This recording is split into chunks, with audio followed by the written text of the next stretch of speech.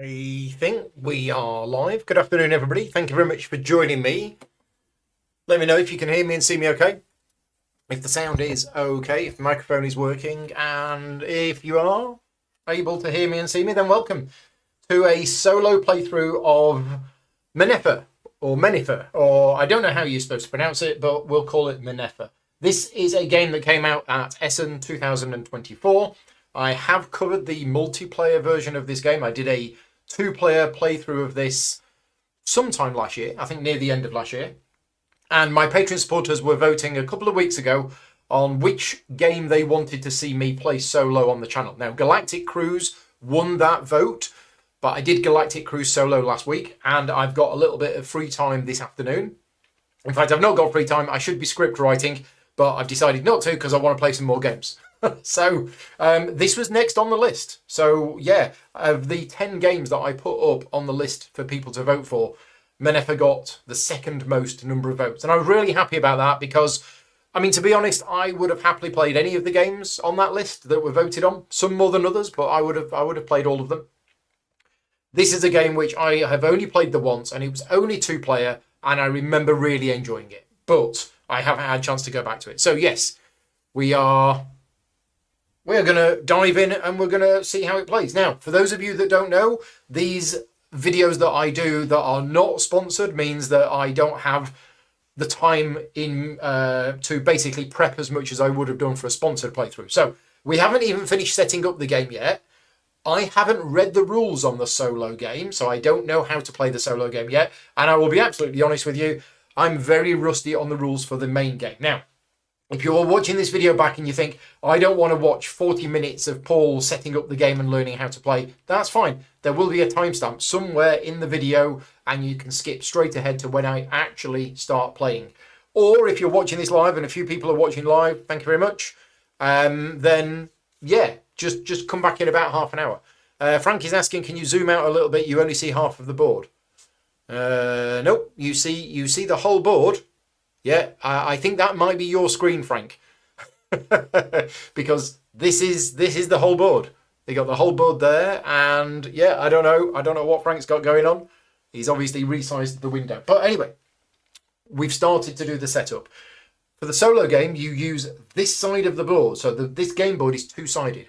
You use the other side of the board if playing with 2, 3, or 4 players, and you use this side of the board for a two-player game. It does say to set up the game for a two-player game, and that's what we're doing. I've set up all of my pieces. We are about to set up my opponent, who I believe is Imhotep. Yes, Imhotep is considered the first architect and engineer in known history. During the Third Dynasty, he designed the step pyramid of Saqqara, among other great achievements. Besides being an architect, he was an astronomer, physician, mathematician, and I mean, seriously, you know, I just play board games, and this guy was an architect, an astronomer, a physician, a mathematician, and an inventor.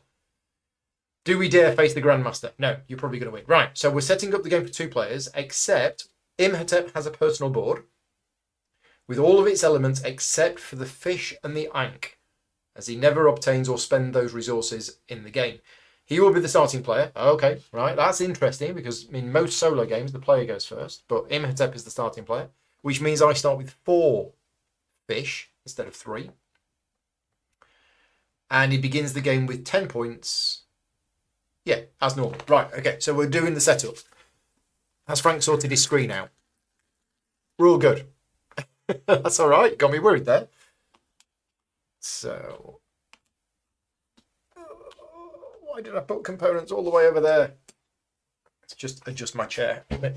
Oh, right, there we go. I can reach now without the table digging into my chest. So how many people in the chat have played this game, either solo or multiplayer? And if you have played it solo, I might be needing your help during the game. And because I'm quite rusty on the actual game itself, even if you haven't played the solo, but you know how to play the game, then please point out if I make any mistakes. And I will try to catch them during the actual playthrough. So we don't need the fish and we don't need the ankh, but we do need the other bits. So we need some scarabs, 4 sphinxes,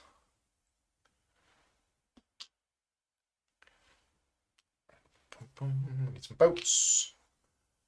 I need a marker there. I need some markers here. Nice components in this game. Unfortunately, the design of the boats, the wood is a little bit brittle. So some of my pink boats are broken. The blue ones are fine. And I'd already chosen that I was going to be playing against pink today. So yeah, unfortunately, some of the pink boats are a little bit broken. I've got the bits. I just haven't glued them on yet. I might do that. I also had a panic because I'd lost one of these city benefit tokens and I found it in my jumper. So we're okay. Didn't lose it. That's going to go on there. That's going to go on there. That's going to go on there. Right. Okay. We're done. Next. So set up the game for 2 players, including a personal board for Imhotep with all of its elements except for the fish and the ankh. Right, okay. Next, shuffle these 9 action tiles and place them in a face-down draw pile along with the die. Okay, so there's a die. I guess that's these, because I don't remember these.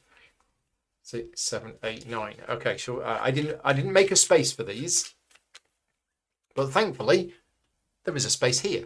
So we're going to use that space for the action tiles. I haven't got any camera presets yet, but I will grab my big remote control and we will do a camera preset at some point. Let's get that mouse out of the way. Serious question while Paul is setting up. Did the ancient Egyptians make your mummy jokes? Could have done. Right. So, how to play. The game consists of 3 eras and follows all of the usual phases of the game. I think we're just going to have to dive in and start playing as we go. Now, I'm just going to adjust that camera a little bit because it'll be chopping my head off. Yes, I'm going to adjust the camera a minute. I should have done this before adjusting the chair, but never mind.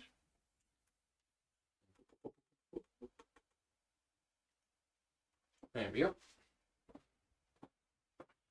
And I don't have any water either. Have I got any water? Yes, I do. How long has it been in there?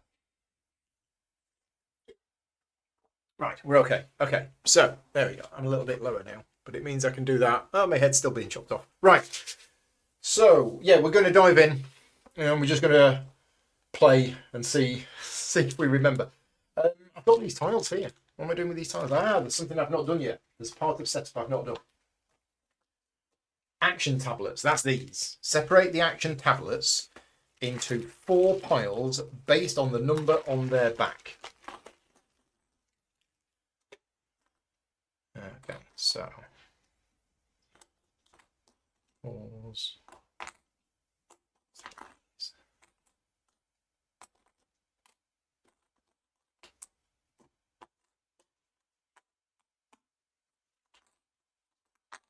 Right, what have we got? Okay, it's not, there's more 4s. Yeah, remember that. Shuffle each pile face down separately. Done that. And randomly deal each player 1 type 1, a 2, and a 3, which they place face up on the spaces of their boards. 29A. Okay, so 1, a 2, and a 3. And Imhotep has got a 1, and a 2, and a 3. Right, next. Shuffle the remaining 1, 2, and 3s with the pile of 4s and place these in a face-up pile on the space. That's there. This will be the draw pile and fill the 5 spaces just below it with 5 tablets from the top of the draw pile. These right, okay, got it. Yes, I remember now. So that's going to get shuffled in with all of these. Right.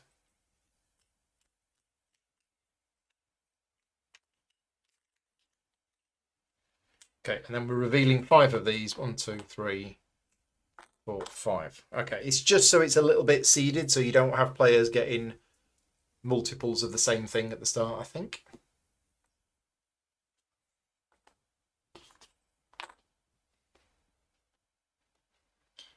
Right, I think that is set up done. So we are going to be playing the game over 3 eras, which is tracked here with this narrator marker. So it's like a little golden book. We're going to be developing various aspects of the game by activating our action tablets, so those things that we just literally put on there. Sending your apprentices into the House of Life, or the Houses of Life. Yep. Each time you activate an apprentice in a House of Life, in addition to performing the associated action, you will advance on the specialization track, which is the Scarabs, making future visits to that house result in more powerful actions. At the end of each era, you will score different aspects of the game. Entry to the Paradise of Aru. Don't know where that is. The trade contracts, that's these. So we can trade with the various cities along the Nile. The Necropolis, which I think is here. That seems to be built. The Obelisk, which is here. And the construction of the Great Pyramid of Khufu, which is here. And the Great Pyramids, which is here. Now, should be said, the game does come with a piece that you're supposed to put in the corner here, and that is what you put. You're supposed to put all of these pieces that I've got here, you're supposed to put them on here. Personally, I think this is a really bad idea from a production point of view, because having bits on the edge there, it's not just my table layout, but it just makes it a bit messy. I'd have preferred if this was just a nice rectangular board that you could have put them on, but you don't need it. You can just leave it off to one side. After the third and final era, the winner of the game will be determined. Right, okay, let's dive in. I need the Queen's Pyramid tokens on the board. Queen's Pyramid tokens on the board. Ah, yeah, I missed that. Thank you. That is step 20. Step 3. Shuffle the Queen's Pyramid tile and place one face up in each of the... right, that's what these are. They're off camera. I had them. Where have I put them? There. So we're just going to pick 3 of these at random.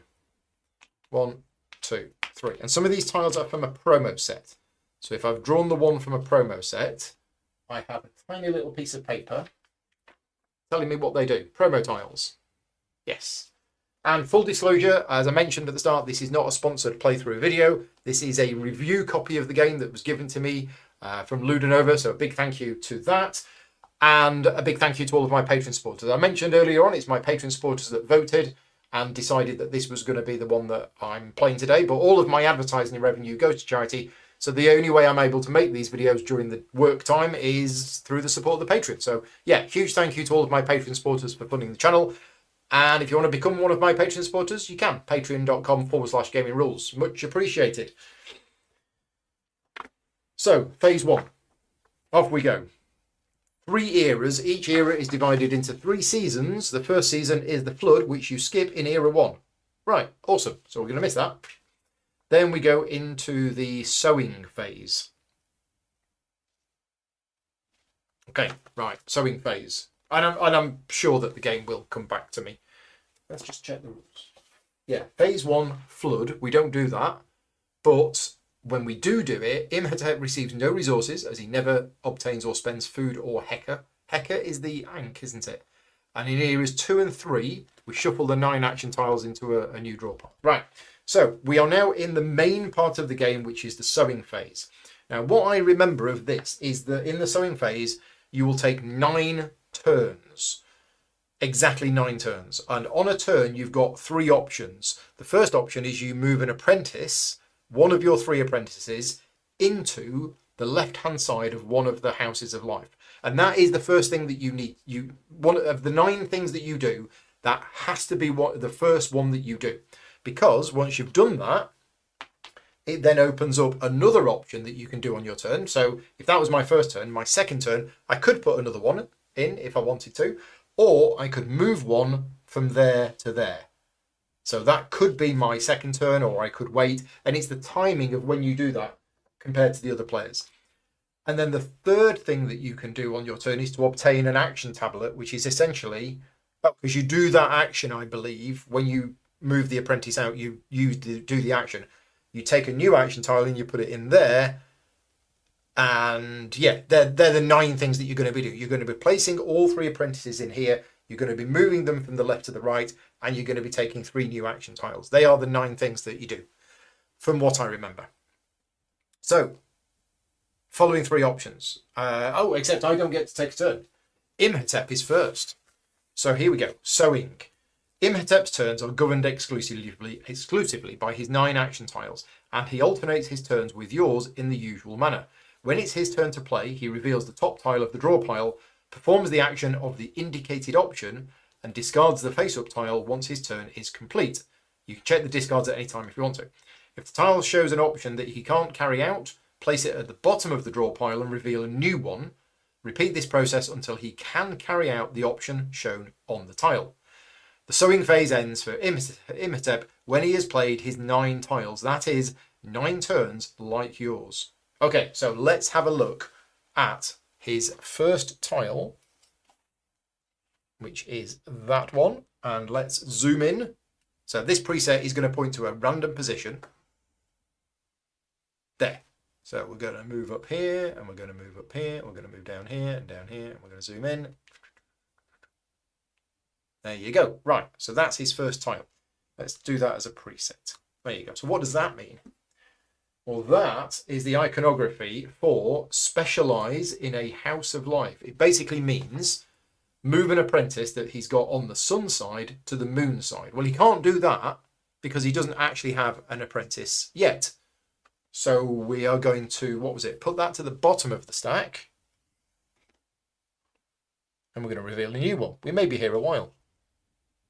Oh, now that, I think that is taking a new action tablet. Yes, so he chooses, right, now he can only do this if he has a space for his action tablets, which he doesn't have yet. Is that right? I think so. Yeah, he doesn't have an empty space for his action tablets yet. So we're going to move that one to the bottom as well. And we're going to reveal the third one. Here we go. This is the one. So this is visiting a house of life. Imhotep places the apprentice farthest to the left of his board on the sun side of a house of life, and then performs the actions of the tablet associated with that apprentice. Okay, so he's basically moving this apprentice into a house of life. Which one? Imhotep cannot choose a house of life where he already has an apprentice, whether it's on the sun side or the moon side. Same rules as human player. So he will always place his 3 apprentices in different houses. When placing his apprentice, he must respect the following rules. If you have apprentices in the sun spaces, then he will place his apprentice with yours, choosing from these spaces the one where his scarab is the furthest ahead, starting from the top. If you don't have any apprentices in sun spaces, which is where we are now, he will place his apprentice in the empty sun space where his scarab is furthest ahead, starting from the top. If there are no empty sun spaces, he will choose an occupied one, applying the same criteria. Right, so if I've understood that correctly, he's going for one of the empty sun spaces, and he's choosing the one where his scarab is the furthest ahead. Well, start of the game, starting from the top. So I think, do you agree with me? He's going there. That is the empty sun space where his scarab is furthest ahead, starting from the top if tied. Okay, once his apprentice is placed, Imhotep performs the action of the associated tablet, which is this one. So he's now going to do what's printed on the tablet. And after resolving them, places the tablet face down on the eyes crossed out space. If there are 2 actions separated by a slash, he always performs the top action. Okay, right. So, how does he do his actions? Actions, here we go. Right, I know again, all of this is all going to be completely new to me because, well, not completely new, but I can't remember how to play. So, we've got a picture of a boat with a number 2 next to it and an exclamation mark. What does that mean? Let's have a look. Here we go. So it's a picture of a boat with a number 2 on it. It says, Imhotep advances his most advanced boat on the river to the first city it can enter, following the usual movement rules. If it enters the city and has extra steps, he advances his next most advanced boat, and so on. If a boat cannot enter a city, it advances anyway, remaining on the river. So this one, I guess this is the most advanced boat, and it's going to move. It's going to advance to the first city that it can enter. Now, I seem to remember, well, it can just go in there. Is that right? Just goes in there. And then it said if it enters a city and has extra steps, well, assuming that that was 1, it does have an extra step, then he advances his next most advanced boat, and so on. So I think this one is now going to go to here. Right, so let me know if you think that's right.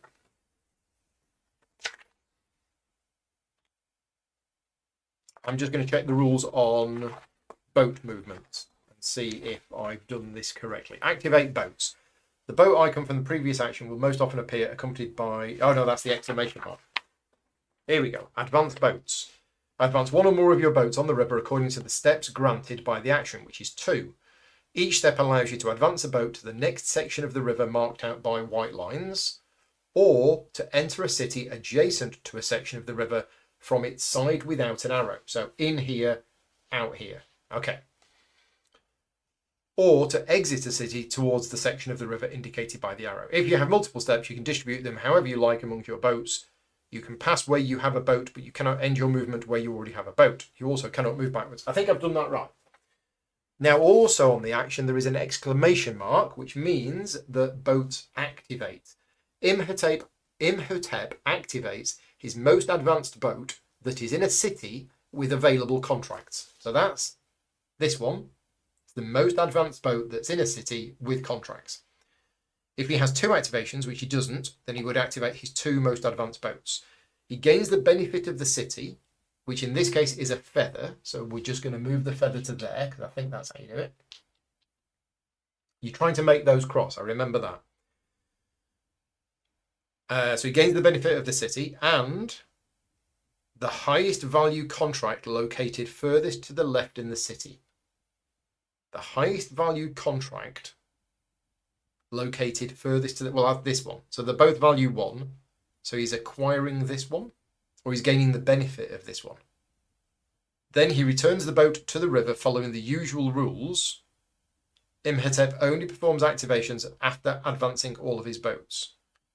If he doesn't have any boats in cities, or the cities where have no contracts, he activates his boats on the river and gets 1 point for each one he activates. Right, okay, so I think he's getting the benefit of this. It says the highest value contract located furthest to the left in the city. So I need to read the rules on trade contracts. Do they get anything for going to the city? Yes, that. Well, no, they wouldn't. If it was just movement, you wouldn't. But because this tile has the exclamation mark on, it's move to and also activate the boats. I'm just going to leave this here for now. So, activating boats. You can perform the activations before or after advancing all of your boats, but never in between, as a human player. Choose a boat that has not yet been activated this turn, this one. If it's on the river, gain the food indicated where you're located, but it doesn't gain food, it gains points instead. If it's in a city, gain the benefit of the city, which is there. These were randomized at the start of the game. And on one of the available contracts there, place the obtained contract without turning it over in an empty contract space on your board. Aha. Okay. Oh, so he's taken the contract. That's it. He hasn't fulfilled the contract. He's just taken it. If you do not have any empty spaces, you can discard one of your contracts, turned over or not, to replace it with a new one. Finally, move your boat to the section of the river indicated by the arrow. So he gets a free movement point, but he's now got 2 in the same space, which you can't have. Oh, it can happen that you already have another boat in this section, in which case you must move the activated boat from the city to the first river section where you do not have any boats, which is here. This count, you can have multiple ones in this section. That's fine. This is the only case where you can move backwards. Okay, so he's taken that contract on. He hasn't done it. He's just taken it on. Is my heat missing on the duat meter? Is there? The heart. The heart is there. You just can't see them because they're stacked up. But they are there, and the feathers are both there.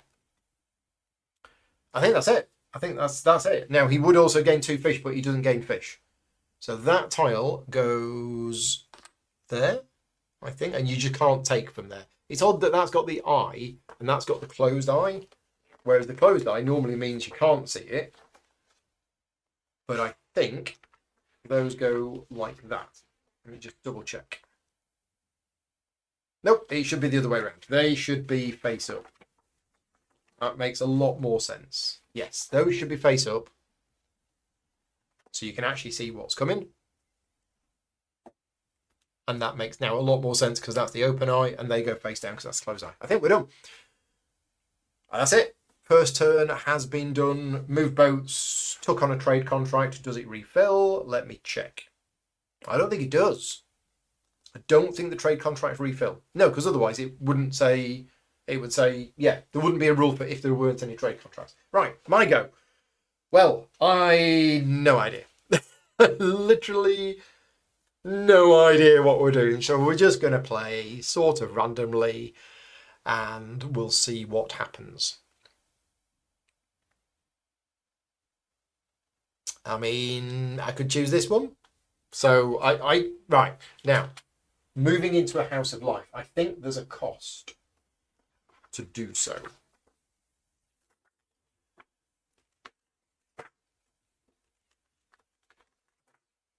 Yes, visit a house of life. Here we go. Choose an apprentice from your board, think, and their associated action tablet.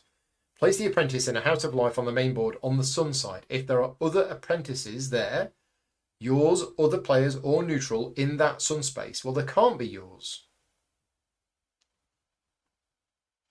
I didn't think you could have two in the same one. Maybe you can. Okay, so Imhotep will go to 3 different houses, but you can actually go to the same house more than once. So if there are other apprentices there, you must pay 1, 3, or 5 food if there are 1, 2, or 3 or more apprentices.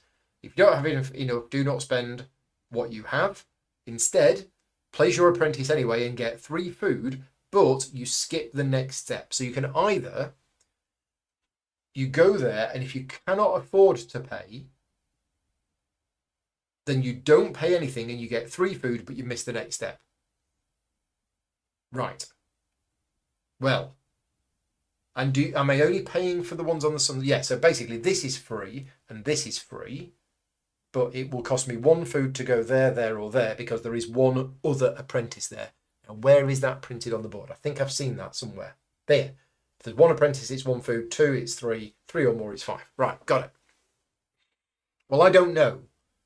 So I'm going to go here because it's nearest to me and I've only got little arms. No, it's because it's free. Right, perform the actions on the tablet that you think in any order you want to. If there are 2 actions separated by a slash, you must choose only one of them. Okay, so I've got mummy icon right arrow. Oh, yeah, okay, that's embalming a mummy, I think. Let's do that. Let's hope they're dead first. Otherwise, you can get in trouble for that kind of thing. It's embalm, that's it. Turn over a mummy from the reserve area on your board to its sarcophagus side and then move it to the... There you go. So we've embalmed somebody. And we've put them in a sarcophagus. And at the top of the necropolis, there are 3 levels, 1, 2, and 3, that divide... Is this the necropolis? No, this is the necropolis. That's the temple. Here's the necropolis.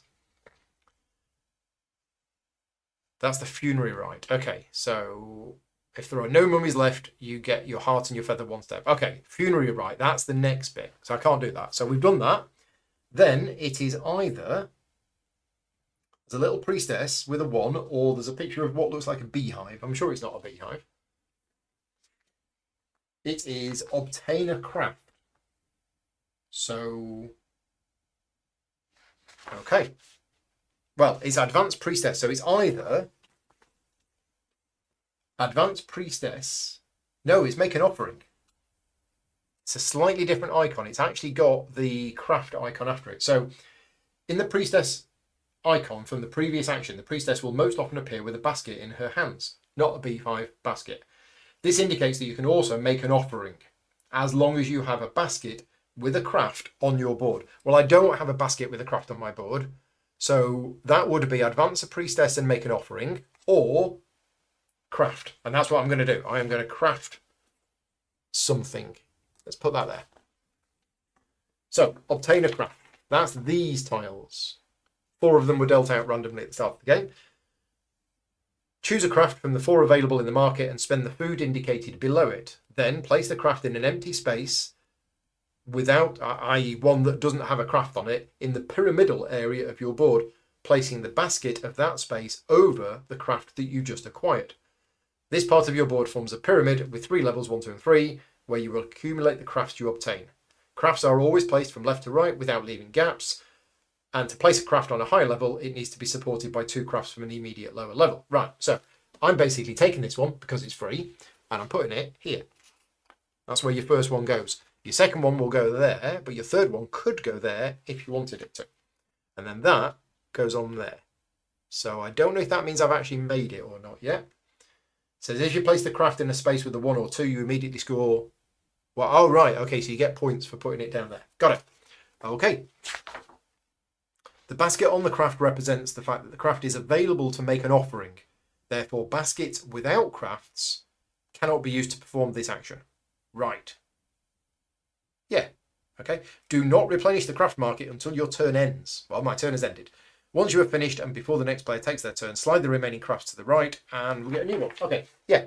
I'm really enjoying this because this is as good as I remember it. It's like a classic Euro game.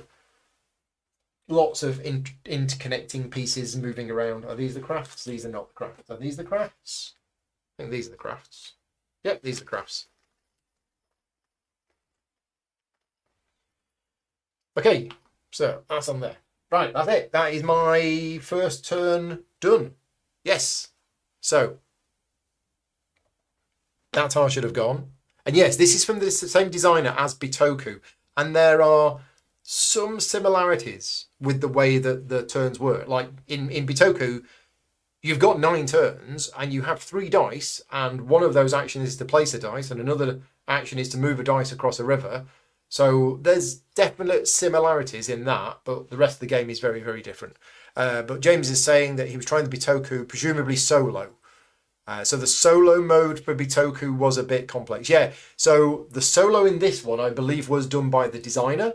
The solo in Bitoku was done by David Turksey. So that is probably more complicated. Whereas at the moment, I'm really liking the solo mode in this one. I was told yesterday that this is a pull-friendly solo mode, and it looks like it is. So we'll have a look at the second tile. Now, this is buying a new action tile, and we can actually do this now because Imhotep does have an empty space. So a pull-friendly solo mode is basically one with a low admin overhead where operating the AI, if there is an AI, is very simple. Yeah, if it involves me looking at flowcharts or anything like that, then no, I'm out. I want an easy to run solo mode so that I'm not having to spend much brain power in working out what it does. And this one so far, this one is all right. I like this one.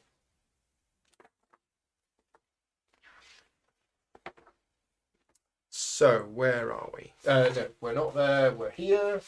Solo rules. There we go. Obtaining an action tablet.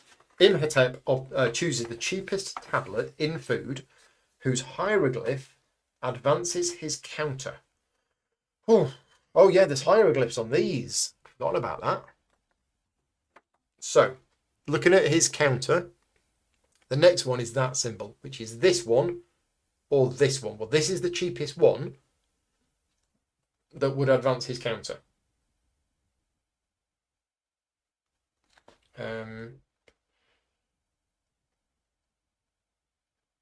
Places it in the leftmost empty space of his board and performs the action indicated on the action tile according to the position of the tablet he's obtained. Oh, okay, right. So he's taking that one because that is the cheapest one whose hieroglyph matches what he wants next, and it goes on here. Then, because that was the third one down on here, he does that. Okay, I think that's right. If no tablet advances his counter, he will choose the cheapest one that advances your counter. If none of them advance your counter, Imhotep then chooses the cheapest tablet. Okay. So I think his hieroglyph marker has advanced. I think that's how that works. This is the action. Yeah, no, specialise in a house of life. Oh, that's another thing. Obtaining an action tablet. Here we go. So choose one of the 5 available tablets. You cannot choose the top one from the pile. Spend or obtain the food. Place the tablet in an empty space. If the hieroglyph matches the next one, advance your counter. And yeah, so he scores a point, basically. Scores a point. There you go. Simple. Right. So yeah, he's now doing that action, which is boat advance 1 space and then activate. So if I remember correctly, he's advancing the most advanced boat 1 space, and then he's going to get the benefit of the city, which is a heart. And then he's going to take this, because they're both value 1, so he's taking the leftmost one. There you go. Sorted. And then he leaves. That's all part of activating, isn't it? You get to do the thing and you leave. Right, okay, my go. So I've actually got all 3 options available to me now. Oh, do these slide down? I think they do. I think they do slide down. So my first option is I can send one of these 2 apprentices to one of these houses of lives, including the one where I already am. Or I could move, or specialise by moving that across. Or I could take a new action tile. And I don't know. I have absolutely no idea what I want to do now. So I'm definitely going to be making inefficient moves here. So specialise in a house of life. To do this, you must have an apprentice on the sun side. You move it from the sun side to the moon side. If there are other apprentices there, you have to spend 1, 3, or 5 food. If you don't have enough food, still move it, but get 3 food, but skip the next step. And the next step is advancing your scarab 1 space and perform the actions on the space where your scarab is located. And if you've already reached the end of the track, you will not advance further. Okay, right. So what do we want to do? Do we want to move this to there while it's still cheap? Because we know that Imhotep is going to be coming in here at some point. Or do we put another one out? Do we put it here while it's free?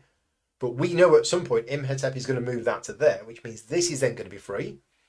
But it means when I move to there, it's going to be expensive. I don't know. And we've got this now. We've mummified somebody. And we can now put them in the necropolis. And I seem to remember you could get loads of points from this. Just can't remember exactly how. Or we could go and get a trade contract ourselves by doing that. Yeah, I don't know. I want to play this again. I want to play this game now to learn it, and then I'd love to play it again. But you know me, never seem to have enough time. I think we just need to pick one and just do it. So I tell you what, I'm going to place another apprentice out. And I'm gonna place this one. So I'm gonna put this here, and we're gonna do the action on this tile, which is boat 1 movement and activate. So we're gonna go into here with my boat. I'm gonna gain a feather, and we're gonna take that trade contract and we're gonna put it on here, and then we're gonna move into here. Right? That's the first one done. The next one is Sphinx, which I think is very simple. I move that Sphinx to there, and then that goes there. Let me just double check that. I think the iconography from memory was pretty good. And that, I think, means that I've carved a Sphinx ready to place on the board.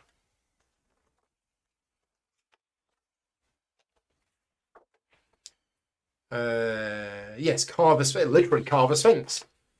Move a Sphinx from the reserve area of your board to the available Sphinx's area located just to the right. If there's none left, get a point. Right, erecting a Sphinx, that's what we want to do. So, next it is Imhotep's turn. Okay, so Imhotep wants to take a new tile, but he can't because he doesn't have space for one. So instead, he is placing an apprentice. So it's going to be this apprentice. And let me just remind myself of the rules of where he's placing. He is going to go, first of all, into a house of life where he doesn't have an apprentice. If you have any apprentices in sun spaces, yes, he will place his apprentice with yours, choosing from the spaces where the one where his scarab is furthest ahead, starting from the top. So there. So I think he's going there. Why is he choosing my spaces first? I don't know. But that's what he's doing. Then he's doing, I'm going to put that face down actually, to show that he's done that one. So then he's going to do this.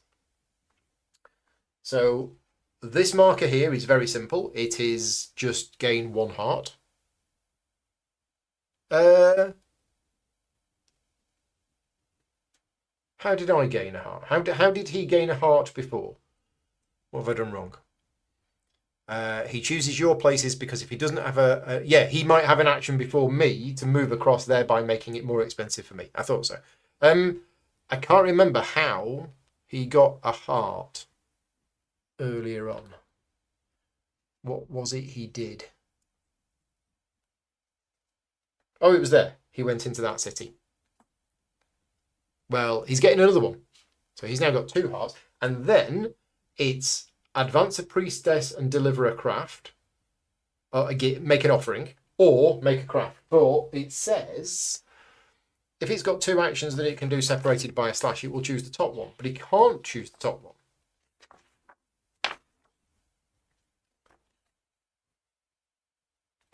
I'm sure I read it somewhere. Yeah. If there are 2 actions separated by a slash, he always performs the top action. But he can't perform the top action. So let's see what it says here. So this is make an offering. Yeah. So Imhotep advances his most advanced priestess that can cross 1 or more rooms, trying to get as high as possible. If he has extra steps, he will advance his next most advanced priestess and so on. Imhotep chooses the craft with a basket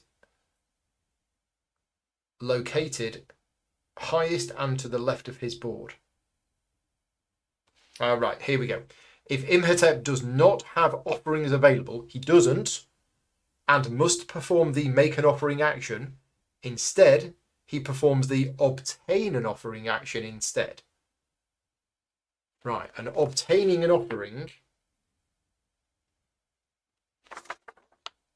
I think there might be a typo here. That says obtain an offering action. I don't think there is such an action. There is a thing called obtaining a craft. Yeah, I think that's a typo.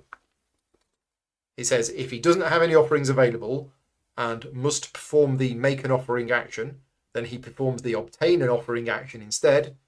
But I can't see an obtain an offering action. So I think it's obtaining a craft. Basically what I was doing. So he chooses the cheapest craft in food of the type that he does not yet have. Well, he doesn't have anything, so he's taking that one. And that goes on there. If Imhotep has all types of crafts available in the market, he chooses the cheapest one of a type you do not have. And if you also have all types, he chooses the cheapest one. Okay, so there's obviously... isn't that where you move it off the board? I don't know what that's referring to.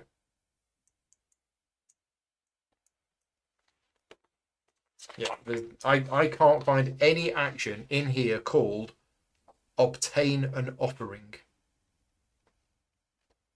Yeah, they didn't have a craft, which is an offering. You obtain a craft, and then you use the craft as an offering. So I think it's just a typo. I think it's a typo.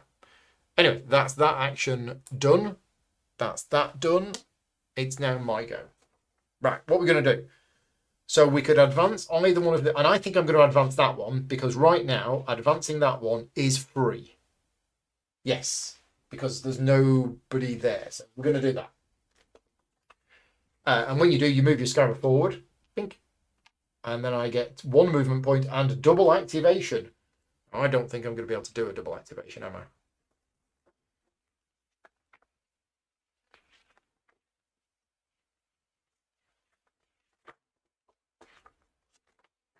Yeah, specialise in a house of life, move your apprentice, pay the cost, advance your scarab, and do the thing where the scarab is located. So it's 1 movement point followed by double activation. So I can move this one to here. Yeah, let's move that one to there.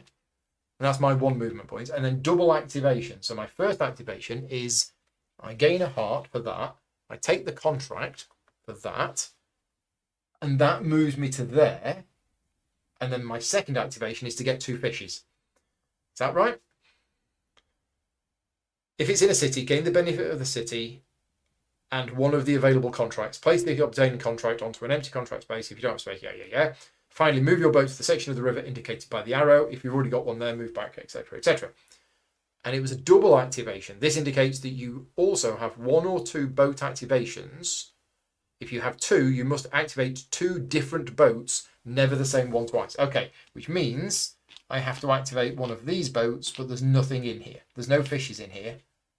Okay, so I've activated that one.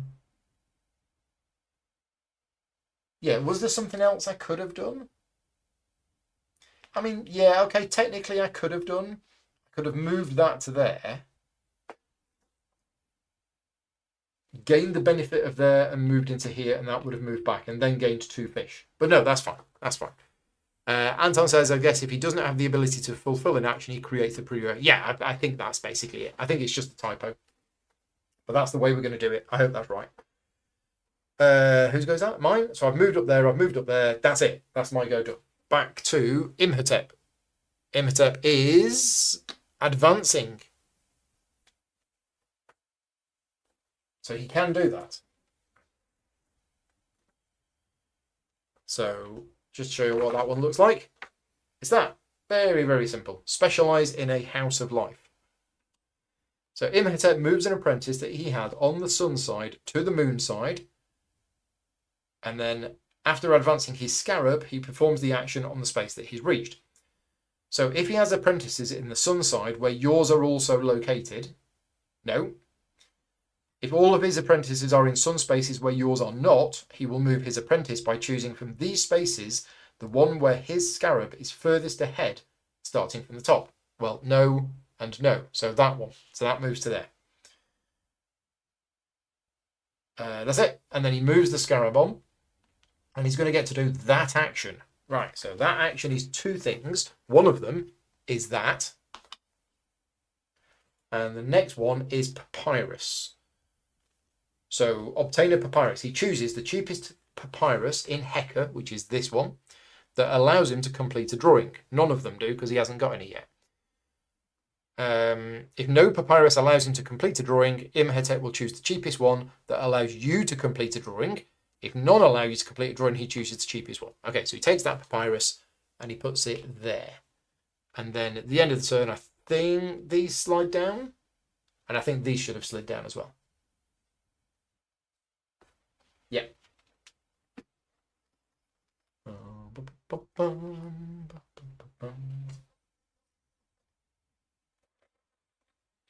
Okay, nice and easy. My go. That's that done. So, what's the situation? What's going on? We've got this craft. We have that. So, I could be moving in to make an offering. This is all about sphinxes. As is that. Now, we don't know where... now, we could work out where he's going to place the third one. He's going to place the third one here. We know that. So if after he does that, I react by moving that to there, that means I'm not going to have to pay that cost. I'm not going to do that just yet.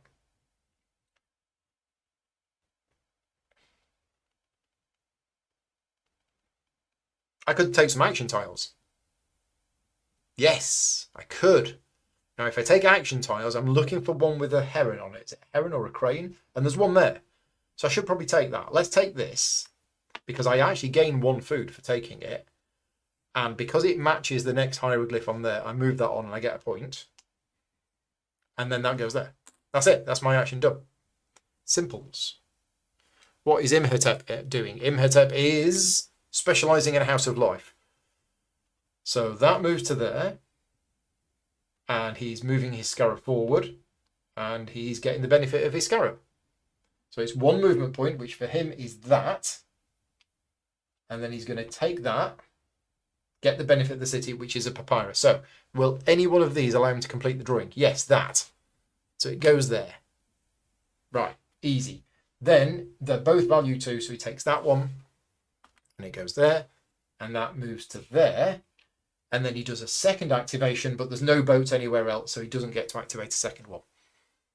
Okay, it's starting to go a bit smoother now that I've relearnt it effectively.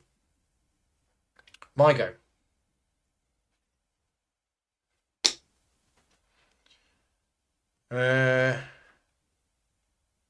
Oh, these should have slid down. Those should have slid across.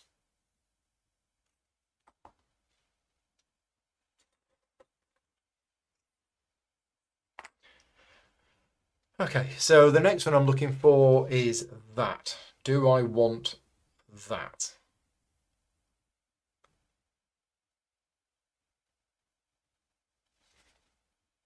I don't know. I mean, it's a hieroglyph, isn't it? Sure, let's do it. Let's spend 1 food and let's take this. So that matches my next hieroglyph, which means that moves on, which means I have a scarab icon. Now that, to me, means that I move one of my scarabs on 1. Let's see what it says. This is...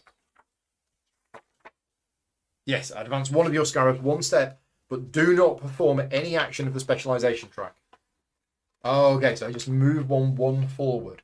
Well, if I move this forward, then that means when I do get to do that, I get to move it to there. Let's do that. So I'm going to advance that one to there. Right, that's me done. Now we go over to Mr. Hotep. And he is placing his 3rd and final one. And he's placing it here because he goes in a house of life that he's not already. And he will join me if he can. And he's doing this action. I forgot to place the top right pyramid piece for the big pyramid in the top left corner. Did I? Ah, yes. Well spotted. So that needs to be there. Thank you very much. Well spotted. Did I remember the bonus for taking the tile? No, I didn't. I forgot. There's these. Oh, right. Well, I'm actually owed 2 bonuses because I took this one and I took this one. Yeah, I forgot about that. Completely forgot. Thank you for that. Perform the action indicated on the main board to the right of the tablet. Right, okay, so I should have gained a papyrus or... Well, I guess that's an anchor. I'll just gain one of those. And for this one, I can get 2 priestess movements or a block, or I can activate a boat. Let's get 2 priestess movements. So 1 to go into here and 1 to go into here. Yeah, okay, thank you for that. I totally forgot about these bonuses for taking a tile. Mentally, I was thinking, wait a minute, Imhotep got a bonus when he took a tile. I didn't. That's what that is. Okay, so why have I got a tile in my hand? This is the tile that Imhotep's about to do. So it is gain a papyrus. There's a cheapest one that will allow him to complete another picture. Right, and then he's either got erecting a sphinx or carving a sphinx. Well, he can't erect a sphinx because he hasn't got a sphinx. So, yes, here we go. Erect a sphinx. If he doesn't have a sphinx available and must perform the erect a sphinx, then he carves a sphinx instead. So, he carves a sphinx. There you go. Let's just move that to there. Done.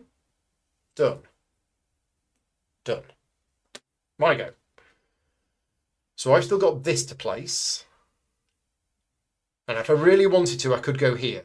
But it's starting to look really expensive. So before it gets any more expensive, I'm going to move that to there.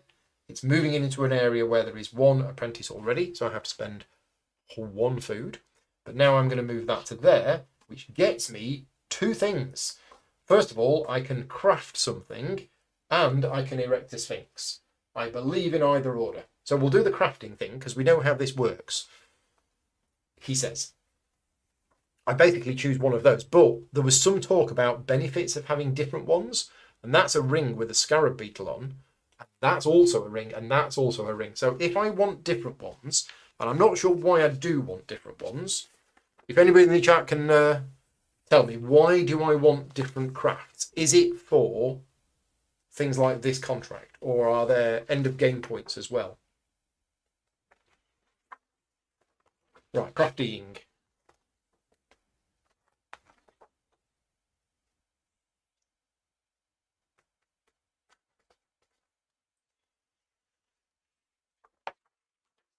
Where is crafting? Here is crafting. Obtaining a craft. Choose a craft. Place it in your... Yep. Okay, so it doesn't say there. Just the tiles. Okay, thank you, Brandon. So, is it worth 2 food to take something different? Sure. Let's spend the 2 food. Wow, I've only got 1 food. We're going to take this, and I'm going to place it here. Okay, so that's that done. And why was I doing that?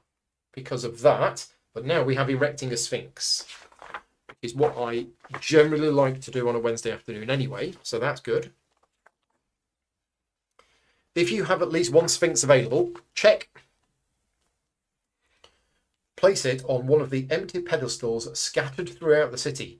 Next to each pedestal is its level, 1, 2, or 3. And this, what am I doing? I'm doing this, which is level 1. So I can either go on one of these, or one of these, and get the associated bonus. More options. When you place your sphinx, you get the benefits of the pedestal you cover, which could be obtain a papyrus from the market at no cost. Speaking of the market, we do need to slide these down.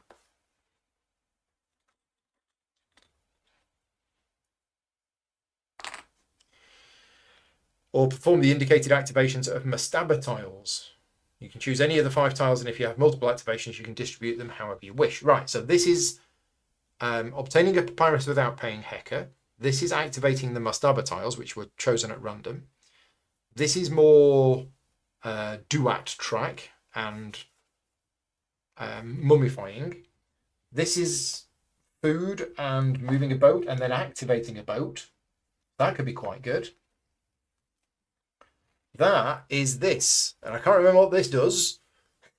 I've completely forgotten what this does. It's the Eye of Horus, isn't it? I think it's the, what do they call it in this game? The Favour of Khufu. So I don't know what that does. Or there's over here, which is all about crafty stuff. Aha! So I could do this. I could move this to here and donate to one of these things. Now that's pretty good, isn't it? I mean, it's not quite the top, but that is quite nice. I don't know what I want to do. I really don't know. There's lots of options in this game. Let's go here. And I don't know what this is either. Oh, that's probably for the dice. Yes, because we got 1, 2, 3, 4, 5, 6. So if Imhotep is erecting a sphinx, I guess we roll the dice to see where he goes. Anyway, we've gone there. So that has unlocked one of those, whatever those do. Pinball Invasion's in the chat, thank you very much. You push that so that you can then use it to build the small pyramids. Ah, there's a little icon here. Right, thank you. Yeah, and Lewis said the same. It's a favour to build the Queen's Pyramid. Great. Okay. So I've gained one of those, and I've got 1 stone block. So let's have a look at what a stone block does. I think it basically means move that or that forward. So we can make a Queen's Pyramid rather than the Great Pyramid. Yeah. Transport limestone. Advance 1 or both of your limestone blocks on the pyramid tracks according to the steps provided by the action, which is 1. So I get 1 limestone block. So we're going to do that. We're going to transport some limestone blocks to the Queen's Pyramid. It goes there. Nothing happens, I believe, until I get to the hammer. When I get to a hammer, that's when I can place something down. Yeah, take the top piece from the quarry pile corresponding to the level being constructed and place it on the pyramid. You cannot move to the next level until the previous one is completely built. Okay. So I don't get anything for that then. Nope. Advancing on this track allows you to contribute to the construction of the Queen's Pyramids. Right. Okay, I think we're done. Yeah, right. I built Sphinx. Why did I do that? Because I moved up on there, and I moved up on there because I moved that to there. Right, it's now Imhotep's go. He's specialising in a house, which is this one. So that moves to there, that moves to there. He's gaining a craft, and he's building a Sphinx. So he's carving a Sphinx. That's that done. And he's taking a craft. I should have moved the crafts down. So he's taking one. Now, it's the cheapest one that he doesn't have. So he already has like a jade cat thing or an obsidian cat. So he's taking this one and it goes there. I think that's right. Rules check.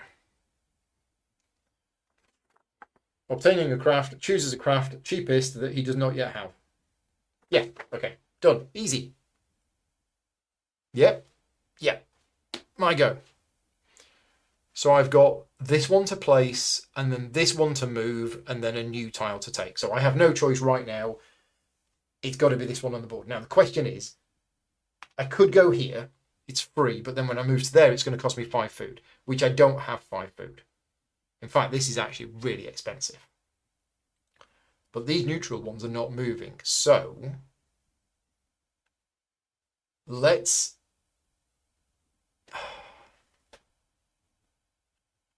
go here. So that cost me 1 food to go there. I now have no food. Then we're going to do the actions on the tile, which is I get 2 hearts. So 1, 2. And then I can either erect a Sphinx or craft a Sphinx. Well, I can't erect a Sphinx because I don't have one. So I'm going to craft one. Okay. Imhotep.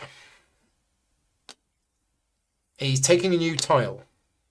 So he wants to take one with a couple of feathers on, which is this one. So he takes the cheapest one that he can, which is this. It's going to go here. And he's going to move his hieroglyph marker to there. And he's got a little scarab icon, which is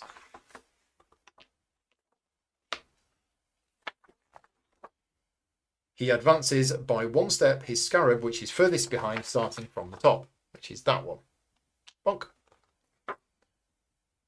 Right. And then, because he took the tile from this position, he advances a block. He transports some limestone. Copying me, basically. Imhotep is such a big copy. If he has no permissions of Khufu available, well, he doesn't, then he advances his limestone block on the Great Pyramid track. So, 1. Otherwise, if he does have any favours, he advances on the Queen's track. It could happen that he reaches the end of the Queen's Pyramid track and has some steps left, in which case he goes to the other one. And when he builds levels 1, 2, and 3 of the Great Pyramid, he must place the piece, preferably, we'll get to that later. But there's a building there. Oh no, there's a building here. We're doing it now. There is a hammer there. So he's building, I guess he's building level 1? Yeah, maybe.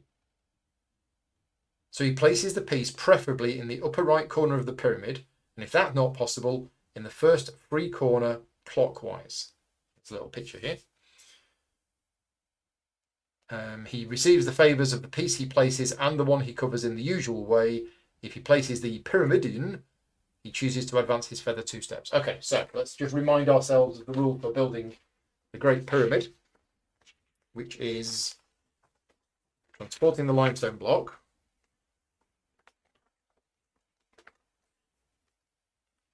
which is this one. And if you get to the hammer, each time you reach a construction space, take the top piece from the quarry pile corresponding to the level being constructed and place it on the pyramid.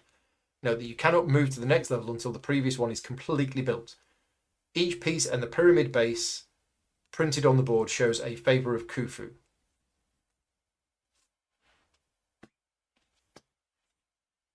Does it? Okay.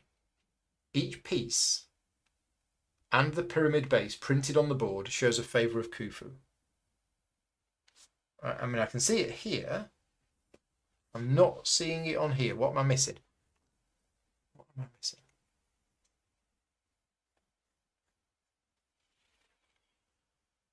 When placing a piece, you obtain 2 favours. The one indicated on the piece you place... Oh, it's just that. That's a favour of Khufu. I thought these were favours of Khufu. Oh, maybe not. No. These are all favours of Khufu. Right, okay. This is the permission of Khufu. Aha. Terminology is important. This is the permission of Khufu. These are favours. Okay. So, each piece and the pyramid board shows a favour of Khufu. When you place a piece, you get 2 favours, the one indicated on the piece that you're placing and the one that you're covering. And if you place the piece on top, it covers 4, but you choose 2 of them. Placing the pyramid in covers it. Right, okay. So,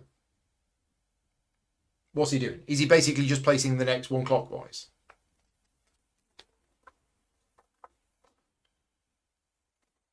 When he builds levels 1, 2, and 3 of the Great Pyramid, he must place the piece preferably in the upper right corner of the pyramid, and if that's not possible, the first 3 corner clockwise. So he's going here. So he's taking this one, which has got 1 heart on it, and it's going there, which has another heart on it, so he gets 2 hearts.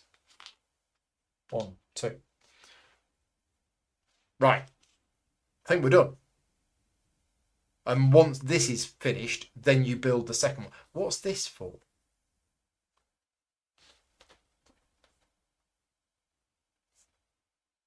I'm not sure what this is for.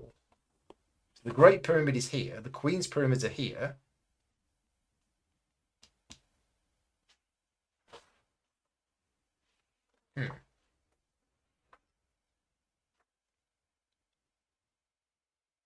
Ah, that's a separate one. That's where you get that icon, where you can perform one of the actions printed on the main board next to the Great Pyramid.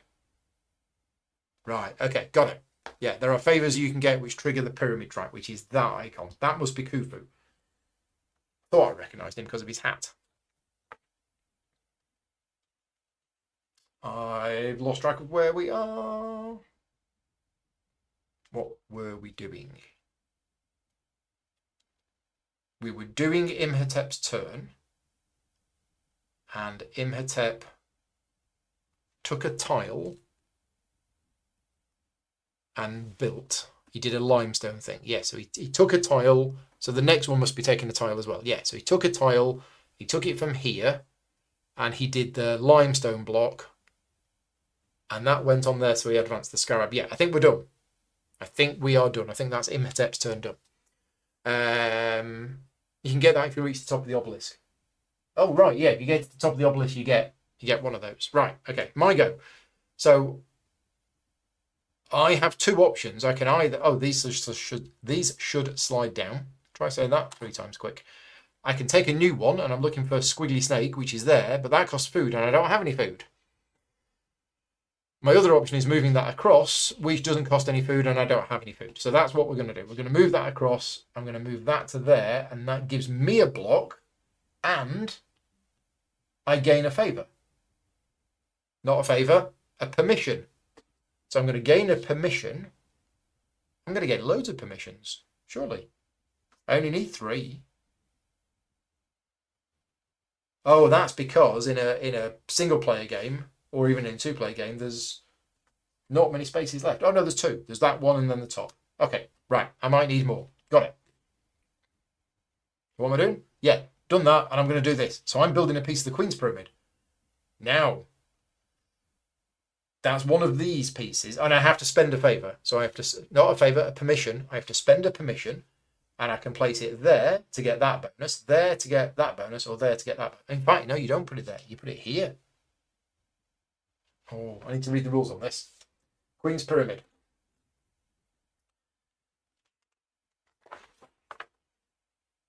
Right, permission of Khufu. You need to use a permission to be able to build. This means you move your limestone block to this type of space. You must have at least 1 permission available. If you have at least 1 permission available and you reach a construction space, you must place your permission in one of the empty spaces marked with that symbol next to the Queen's Pyramid that hasn't yet been completed, and then take from the quarry the piece from the pile that corresponds to the next level of the pyramid. Yes. Okay.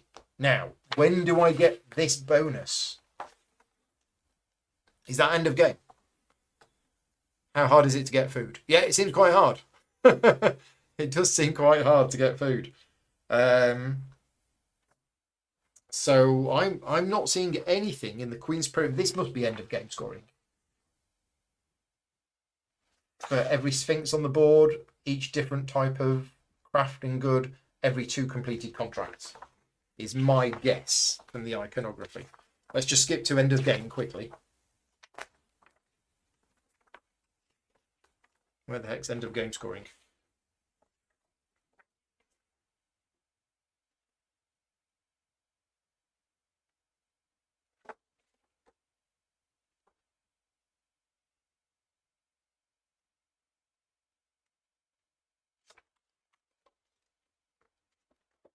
Okay. Queen's Pyramid scoring tiles. Scored separately, multiplying the permissions of Khufu you have placed on a pyramid by the amount of elements shown on the associated tile. Yeah, it's end of game scoring.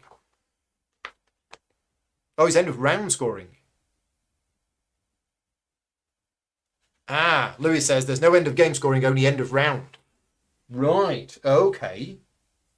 But that's interesting, because if I now go here, I'm going to score at the end of each round for each of my erected sphinxes.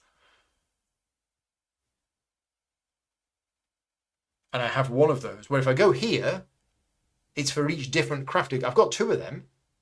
We're totally going here. We're absolutely going there. And we're doing this. And we're going there. Awesome. I need food, though. That's what I need. I mean, I didn't need to do that. I didn't need to do that. Let's change my mind on that. I've got a new plan. We're going to do an undo. That is still there, but instead of moving that to there, we're going to move that to there. And we're going to build a piece of the Great Pyramid instead. So that limestone block is going here, and we're taking, it's this one, and it's going here, which gets me a food and an ankh. So there's the food that I need in order to do the thing, in order to take that. Right, okay, we're done. I think I'm done.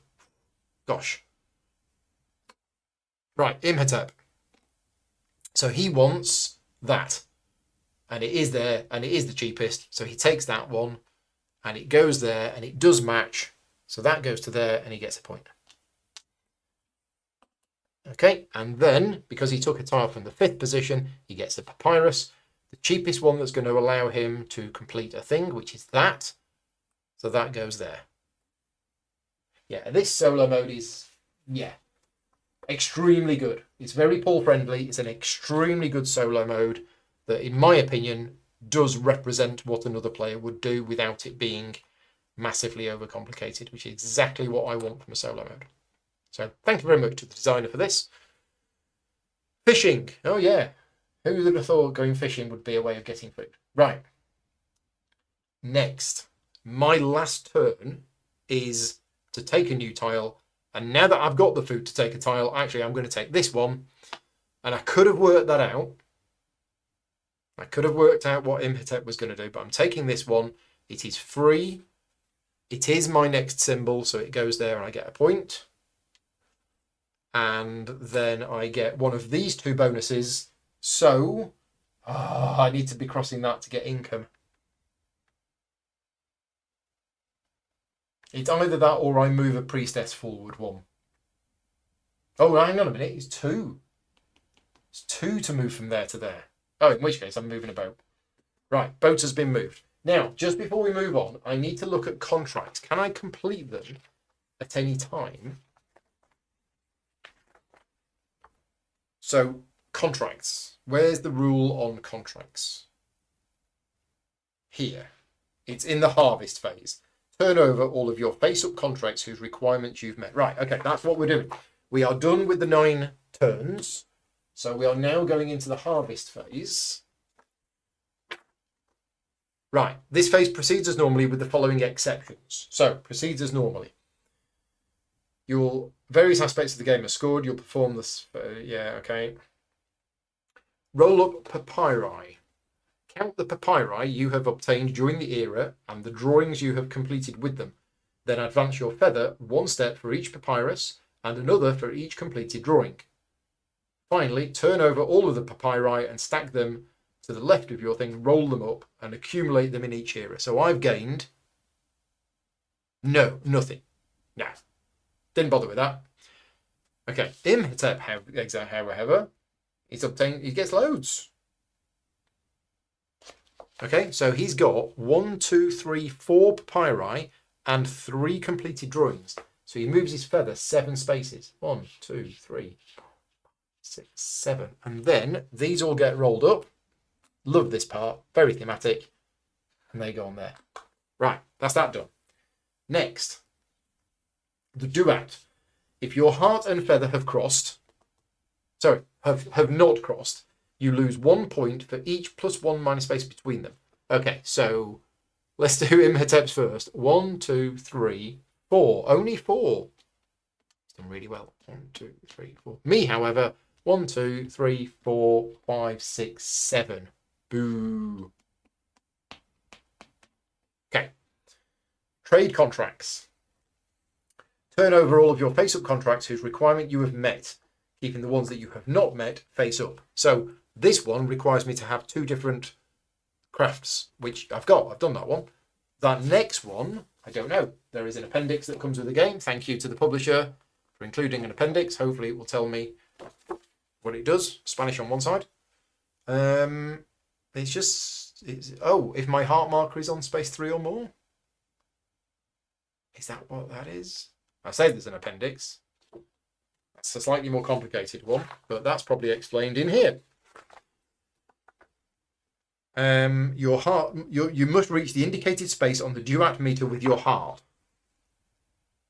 Yes, I've done it. It's 3. 3. Oh.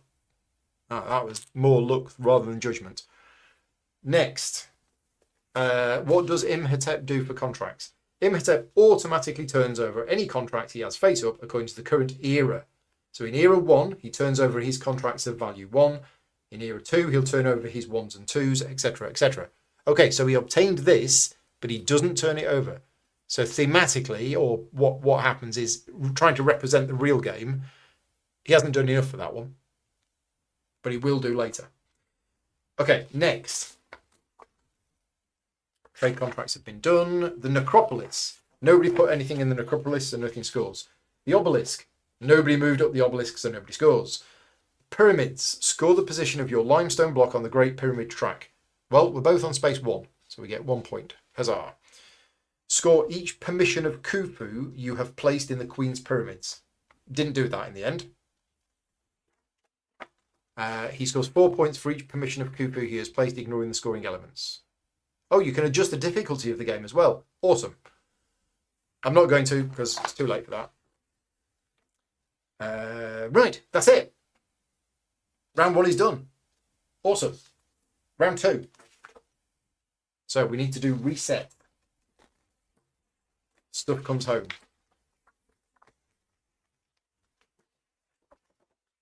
Just bring this down. Things that I forgot to do.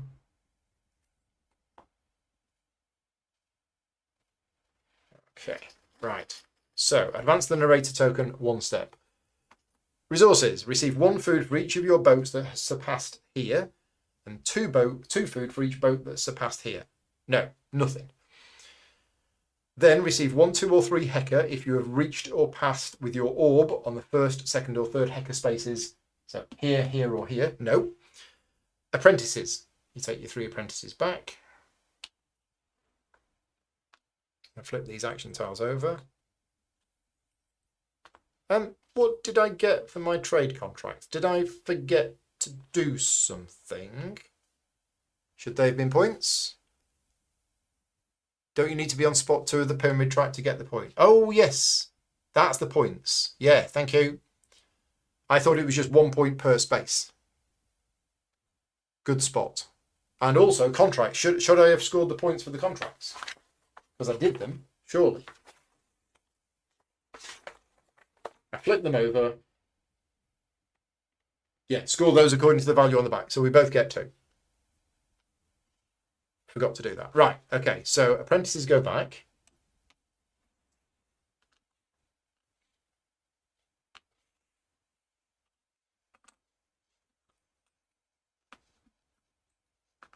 Right, what's next?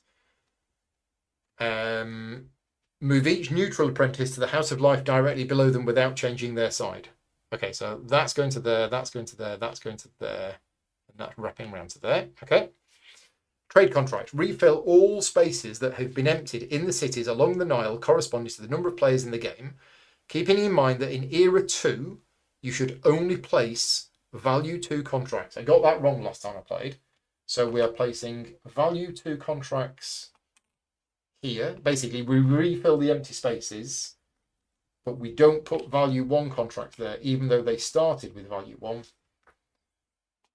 Okay, done.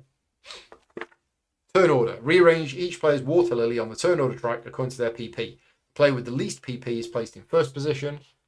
That's me. Losing. Okay, we are good to go. We won't need to refer to the rules that much, he says, from now on, because we have completed a first full round. Yeah, love this game.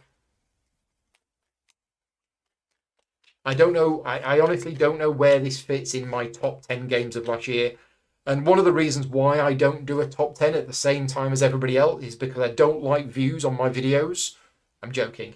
Yeah, if I did a top 10 at the end of 2024, I'm sure it would get loads of views. But I don't feel comfortable doing a top 10 of the year when games like this I've only played once. This is now my second time playing this game, and I can already tell you that I love this game. This is exactly the kind of game that I like. And yeah, this solo mode is brilliant. Really, really good for me. So I'm enjoying this. Thank you very much to everyone for joining me. And yeah, we're off the right. Yes, the fish is here. And I'm not quite there yet. So we are struggling. I do only have one food. My first action is to place a thing, but that's going to get me stuff.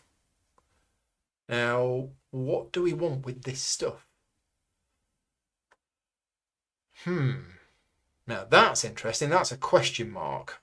I don't know what sarcophagus with a question mark means. After saying we're not going to look up the rules that much, there is this one that I am going to look up because I don't know what it means. This is funerary rite, and it's a question mark. Place the sarcophagus in an empty space whose level is equal to or lower than the funerary rite action of the highest level you can choose with your scarab. Oh, okay, right. And because mine is 1, it would go on a 1. Okay, right. I should have scored for completed contract. Yes, I did. I went back and I corrected that and I did that. So, do we have a plan? We do not have a plan. Okay. Next plan. Yeah, we still don't have a plan. I mean, this is clearly where I'm going. He says, I've decided I'm going here and I'm going to build sphinxes. That's what I've decided. That's my plan. Sphinxes. But there's also contracts. 5 craft goods. How am I going to get 5 craft goods? No chance. I want to be moving my boat up as well. There's so many things I want to do. These are rubbish. Okay, I'm going to take this one. So I'm placing this apprentice, and I'm going to place them here. And we're taking this one, and we're going to do it. So the first thing is I get a papyrus. Now, I'm not bothered. They're all the same to me. So I'm going to take that one because it's not going to cost me any hecker. So that goes there. Right, then I can either place a sarcophagus in 1, so somewhere here or here, which is going to get me hearts and also other stuff. I can't quite remember how this works, but it's something about you get the combination of things depending on where it is. Or I could embalm another mummy. I'll tell you what, let's place one because we've not done that yet. And this is the rules I haven't read, so I am going to need to read these ones. But I think I'm doing a 1. So I can put it on any of these ones. Funerary rite. If you have at least one sarcophagus available, I do, place it in an empty space. 3 levels, 1, 2, and 3. You can only place it in a level equal to, or yeah, okay, done. When placing a sarcophagus, you immediately receive the benefit of the space you cover, and additionally, you can activate the 2 mastaba tiles perpendicular to the space where you would place your sarcophagus a specific number of times. The number of activations you have depends on the level where you place your sarcophagus, so 1 for 1, 2 for 2, 3 for 3. And if you have multiple, you can distribute them between the tiles however you like. Okay, so I'm going to put this on here, right? Which means I get 3 hearts straight away, 1, 2, 3. But it also means I get 1 activation, which can either be that or it can be this. And I'm going to do that, and I'm going to activate this boat to get 2 food. I think that's it. That's what I've done. And that was this tile. I did a funerary rite. I gained a papyrus. Yes, we're finished. My first turn is done. Huzzah. How's that? Nobody in the chat has told me that that was the silliest move ever. So, yeah, we're good to go. Right, what is Imhotep doing? Imhotep is placing an apprentice, and he's going in a space where I am to put the pressure on me to move that quick. And it's this, which is boat 3 spaces and then activate. So, if I've understood this correctly, he wants to move that into the city, and then he's got another 2 movement left.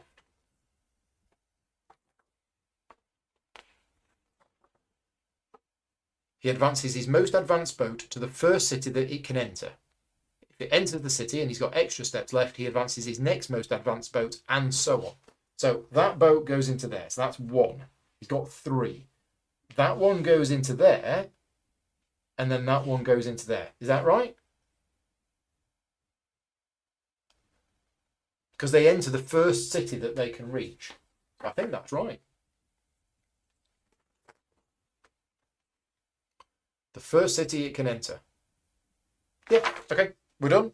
And then it activates. So it's activating 1, and it activates the furthest one. Is that right? Most advanced boat in a city with available contract. Yes, okay. So this one, so he gets the benefit of that, which is an Ankh.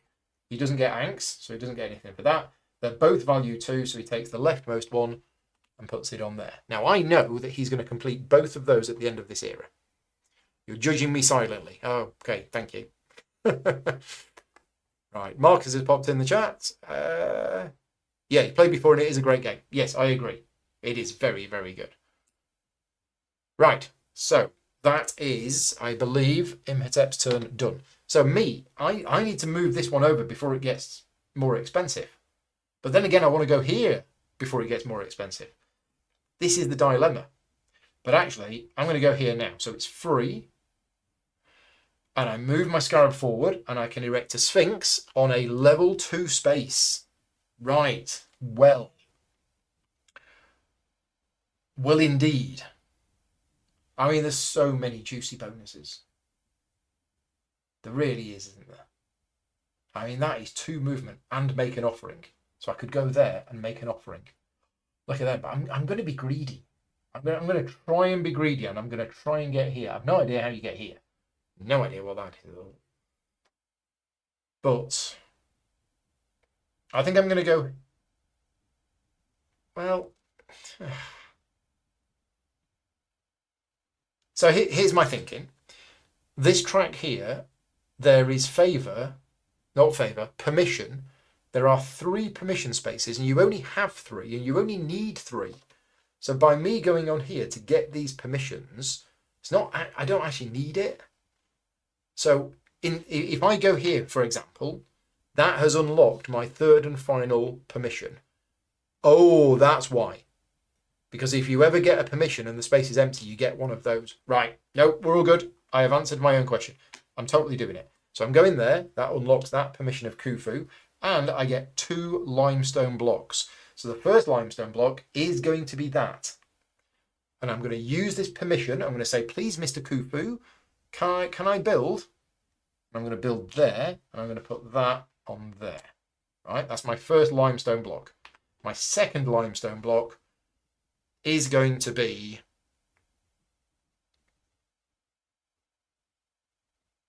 tell you what, I'm going to go for it. We're going to go here. I'm going to build another one. Yeah.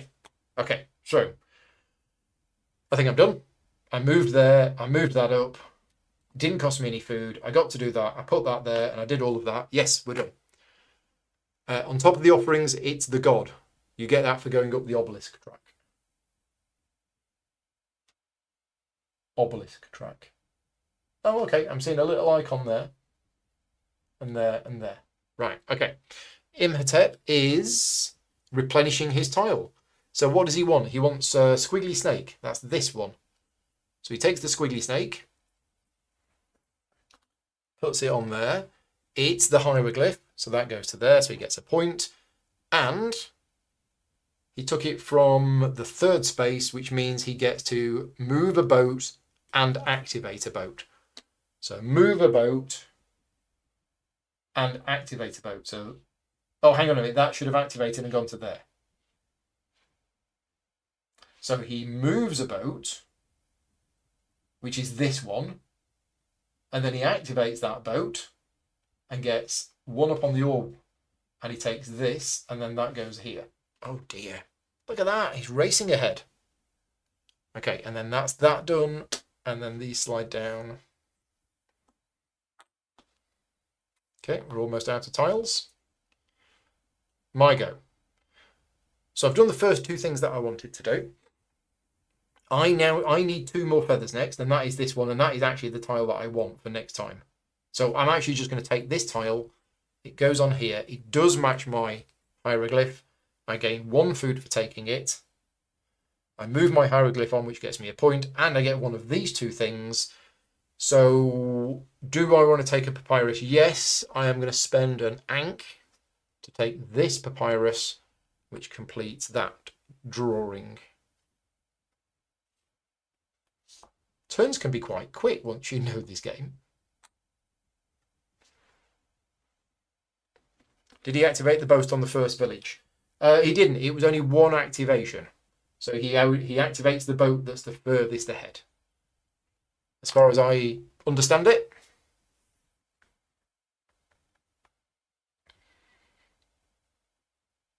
Right, how many turns have I had? I've had 3 turns. Imhotep has had 2 turns. So it's Imhotep's turn. He's taking a new tile, except he doesn't need a new tile. So instead, he's taking a new tile. Nope. He's placing an apprentice. So he's placing this apprentice. There isn't one with me in, so he goes there. And he's doing this. So he's gaining a craft. So we go to here. He's already got a ring, so he takes that one. Now, I don't know where he puts it. I don't know if he puts it there or he puts it here. Let's have a look. Crafty, crafty. Chooses the cheapest craft of a type he doesn't yet have and places it on his board following the usual placement rules.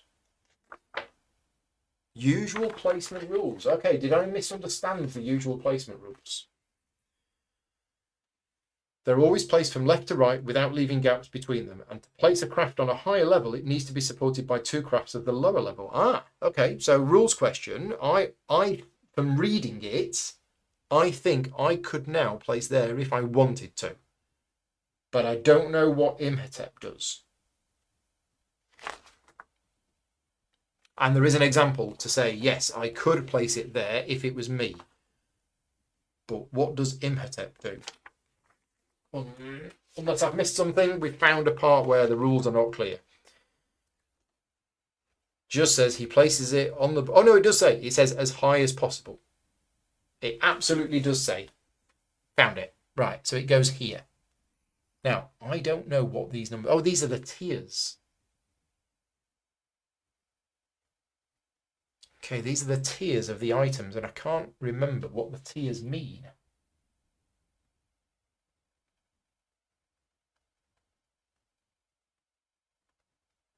No. Anyway,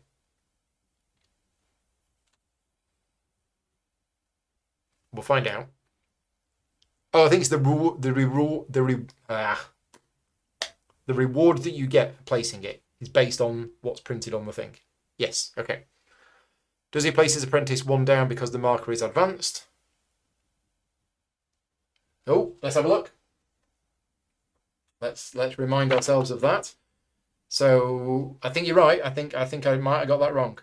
He places his apprentice farthest to the left of his board on the sun side. And if you've got apprentices, he'll go there. If you don't have apprentices, he places it on an empty space where he's furthest ahead. So I was right, accidentally. It's not just the topmost. It's the empty space where he was furthest ahead. And he was furthest ahead on here. So I got it right. If there are no empty spaces, he chooses an occupied space following the same criterion. Yeah. Oh, and it's cumulative. Okay, that's good to know. Right, I think we're good. I think he put that on there. And I think he... Oh, no, we've done the craft. Now he's advancing and he's making an offering. So he's moving into here and he's making an offering. Imhotep chooses the craft with a basket located highest and to the left on his board. So that one. He performs the craft action as usual, and after resolving them and turning it over, rolls the die to place the basket in the room where his most advanced standing priestess is located and that contains empty spaces. Right, hang on a minute, I need to read that again. Oh, we've got things 1, 2, 3, 4, 5, 6. Right, so Imhotep chooses the craft with a basket, brackets offering, located highest and to the left of the board. Is this? He performs the craft actions as usual. That's the bit I don't understand. Why is it saying he performs the craft actions as usual? Oh, the craft actions. What's printed on here? Right, okay. So, delivering a craft, making an offering, choose a basket with a craft, perform the actions shown on the left side. Right, so he's getting an obelisk block and a permission of Khufu, and then it gets flipped over, because that was level 2. And the block, he does have a permission, so he advances on there. Right, got it. So after doing that, he rolls the die. It's a 2. And that says that he's placing it here. Yeah. His most advanced standing priestess is located and that contains empty spaces. So it's going there. So that's 1 heart and 1 obelisk. 1 heart, 1 obelisk. If when moving his orb he reaches or exceeds a deity space, he ignores the deity action. He only makes an offering after advancing all his priestesses. Now, I can't remember the rules for does the priestess stay or does it come back? So, make an offering, choose a basket, perform the actions, done that. After resolving it, set the basket aside and turn over the craft so that it shows the illustration. Done. Place the basket you set aside in an empty offering space in a temple room where you have at least 1 standing priestess. Oh, they lay down. That was it. These spaces are located on the sides of the room and show 1 or 2 actions. Perform the actions of the space where you place the basket and lay down one of your priestesses in that room. If he's got 2 actions, one of them always involves moving the orb up on the obelisk track. If you reach the deity space, activate the deity space. If you have reached the top of the obelisk and need to move your orb up, you gain a favour of Khufu. Right, okay, so priestesses, are they going to stand back up at the end of the round? And they can't move again, presumably, when they've moved. Yes, I would be excited. He will place the top leftmost, right, got it? They stand up when you move them. Oh, okay, right, okay. So that just means that they can't deliver again without moving them. Okay, got it. And that's it. That's, I don't know why I got loads of cat hair all over here. Probably because it's in my jumper. Anyway, so we're done. We moved one. We did a craft. and then we moved one and we offered the craft. Awesome. So that is Imhotep's turn done. My go. Well, I have to place one of these two. I have no choice on that. And which one do we want to place? I'm going to go with this one. So we're going to place this one. So what do we want to do? I mean, we have 4 food now, so we do have the flexibility of doing other things. My concern is that it's going to be 2 movement to move this priestess further, and I don't have 2 movement.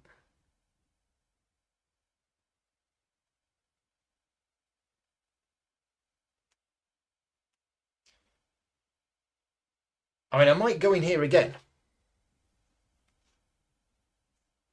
But I don't have another Sphinx. I need to get another Sphinx. How do I do that? How do I carve another Sphinx? Because if I move to here, that's bad. That's erecting a Sphinx when I don't have a Sphinx. I'm trying to find out how I can carve another Sphinx. Oh, I've just noticed here the entire sequence of the game is printed there. That's cool. Yeah, how am I going to carve a Sphinx? I mean, there's there, if I really wanted to take that tile, but I don't want to take that tile. You can always take a lower one, I guess. So there's carving a Sphinx there. There's carving Sphinx on action tiles. You can pick any reward to the left of the scarab. Okay, so I could carve a Sphinx. It's a little weak. Does seem a little weak, but that might be the best way of doing it. So, okay, let's do it. So I'm going to go here, which costs me 1 food. And I'm going to go there with this one. So I'm going to get a papyrus. So I'm going to spend 2 Heka, 1 to take this, and 3 Heka. I've got no Heka left. And that goes there. Then I'm going to move a boat 1, and I'm going to activate. So, do we want to move into here? Because that's pretty awful. Or do we want to move to here? Or do we want to move this one? I don't think you can go in a city that's occupied. Chat, just remind me. Can you move into a city where there's already another boat? I don't think you can.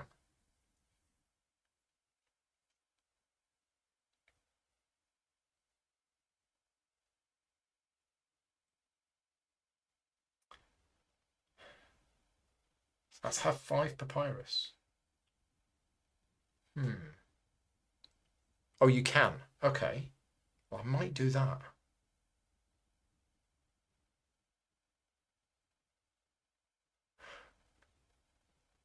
Yeah, okay. I'm looking at these contracts and I'm thinking scarab plus scarab. 6. My guess is the positions of 2 of my scarabs add up to 6 or more. Let's see what the rulebook says. You must have advanced with 2 of your scarabs, the indicated number of steps, adding the steps for both. Yes. So have I done 6? That's 1, 2, 3, 4. It's going to be potentially, yeah, not done that. And let's have 5 contracts. Completed contracts. No chance. These are all really tricky. I'm just going to move to here. The boats don't block. Yeah, thank you. Right, and then I'm going to activate. So I'm going to activate either one of them. It doesn't matter. I get 2 food. Right, done. Imhotep's go. He's moving across. So which one does he favour? I think it's where I am. So I think he's going to move this one across because he's going to make it more expensive for me because he's a Git. Imhotep the Git. If he has apprentices in some spaces where yours are also located, he will move his apprentice by choosing from these spaces. Yeah, okay. Yeah. So that moves across to there. And then he moves his scarab 1 and he does that. So he's going to gain a craft. Does he already have a ring? Yes. Does he have a ring? Yes. Does he have a gem? Yes. Does he have that? Yes. So he has all of them, which means we look at me. I have a ring, I have a ring. So he's going to take that one. The cheapest one, which I don't have. And it goes on there. And then Sphinx on level 1. Now, I'm going to assume we roll the dice. Roll the die to determine the avenue of Sphinxes. Yeah, okay. So I've rolled a 2, so it's going here. Yeah, number 2, and it was level 1, so it goes here. Right. If the pedestal where he would place is occupied, he places it on the next empty one of the lower level. If he cannot, he rolls a die again. And he places it on there. Yeah, okay. He gains the benefits of the pedestal he covers, except for the activation of mastaba tiles granted by the pedestals in front of the necropolis. So he doesn't get them. So this is mummifying somebody, or putting the mummy in a sarcophagus, taking a papyrus without paying for it, and a mastaba tile, which he doesn't do. So that should have slid down. I should slide down. Well, he just takes the cheapest one because there isn't one that would allow him to complete a drawing. If no papyrus allows him to complete a drawing, he chooses the cheapest one that would allow you to complete a drawing, which is none of them. So he just takes that one.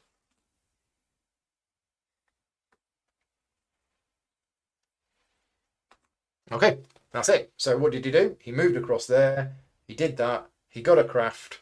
It was one he already got, but he took it, so I couldn't have it. Yeah, the AI is really good in this. He's clever. He does what a human player would do without any complex flowcharts. So me. So I could advance this, but it's going to cost 3 food, but I have the 3 food.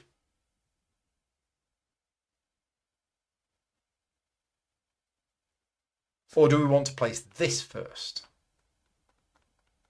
Or do we want to take a new tile? If I take a new tile, if I take one with a heron on it, which I can't do.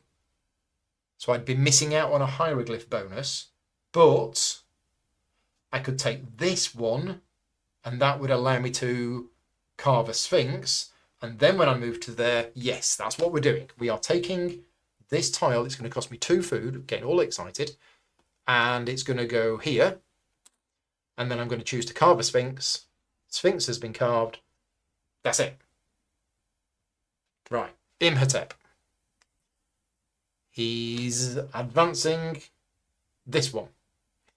So that one moves to there, that moves to there. He's got 2 stone blocks and the favour of Khufu. So the 2 stone blocks. Does he have a permission of Khufu? Yes, he does. So that moves to there, and he uses this permission, and I don't know which one he goes for.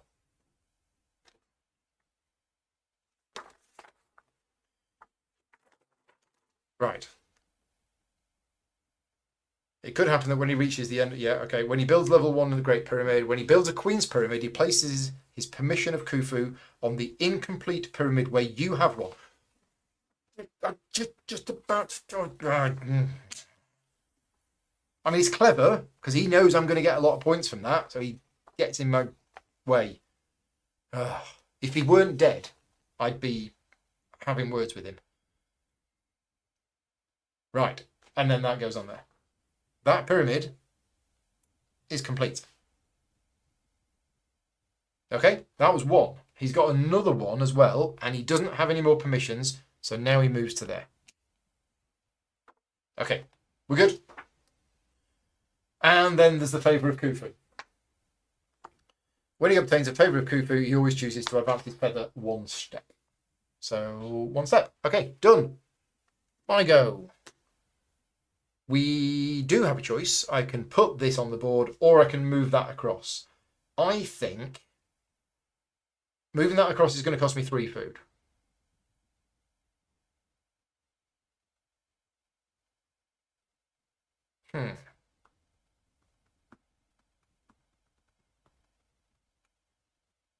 Yeah, well, interesting.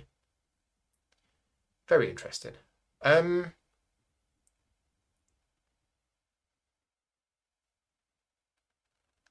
I do have the 3 food. He's not going to get any cheaper, but he's also not going to get any more expensive. Whereas this might get more expensive. So where do we want to go?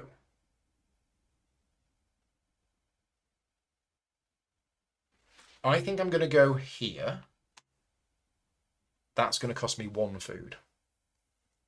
Should move these down.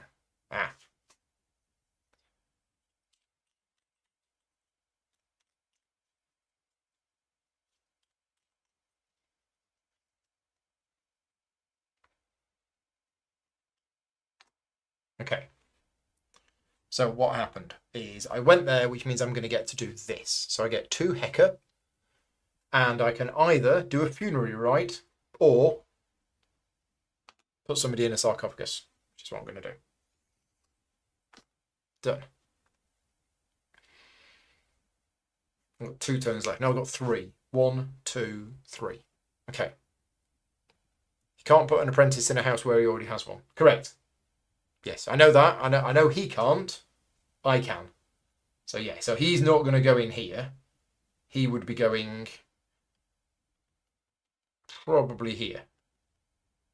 No, I'm here. No, he'd probably go here.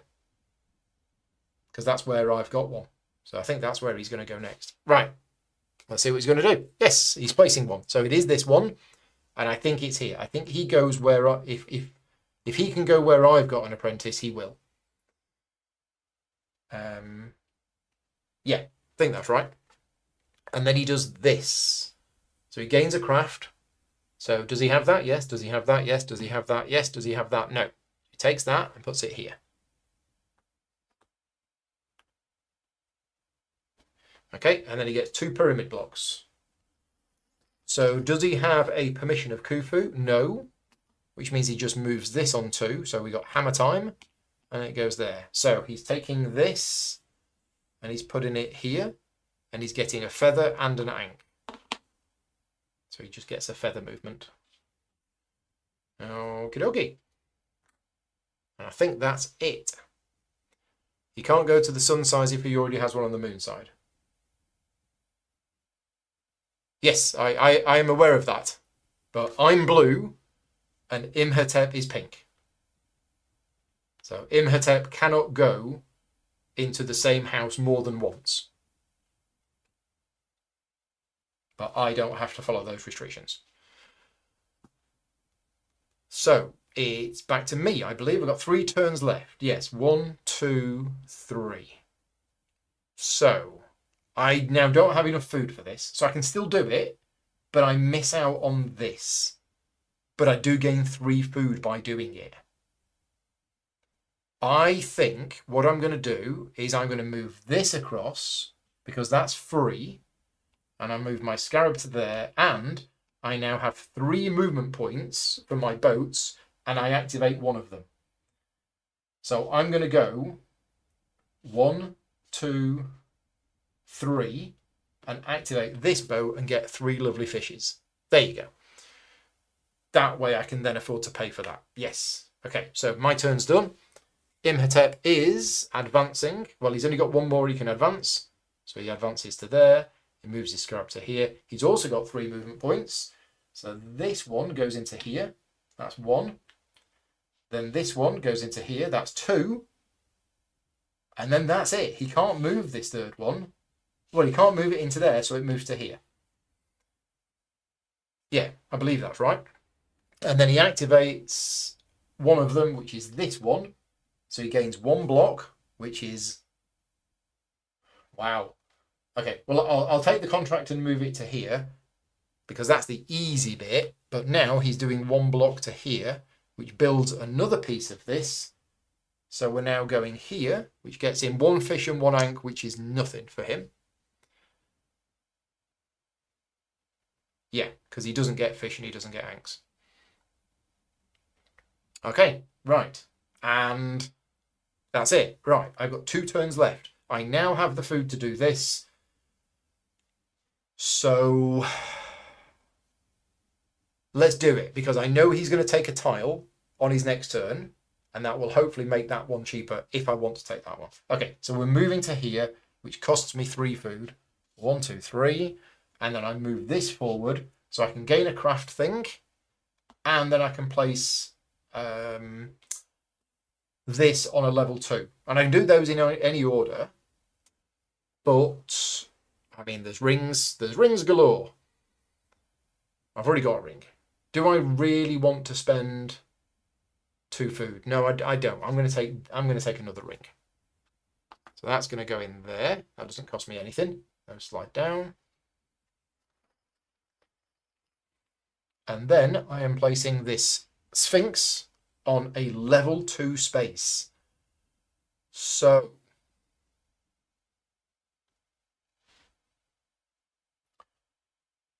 many options now.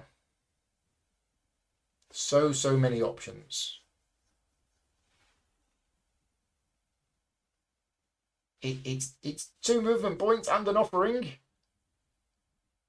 I mean, go on, let's do it. Yeah, sure. I'm going to go here. So 2 movement points and make an offering. So 2 movement points moves me to there, and we are going to make an offering, and it's going to be, let's have this one, because that's 2 hearts, beating as 1. And I get to place this on any of these things. So I could have 3 feathers and 1 orb. Or I could have... yeah, so many options.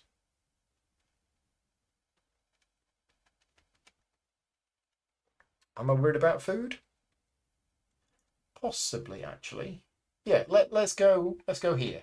So 2 food and 2 obelisks. So 1, 2. And 2 food. Okay, right. Imhotep. I think that's me done. What did I do?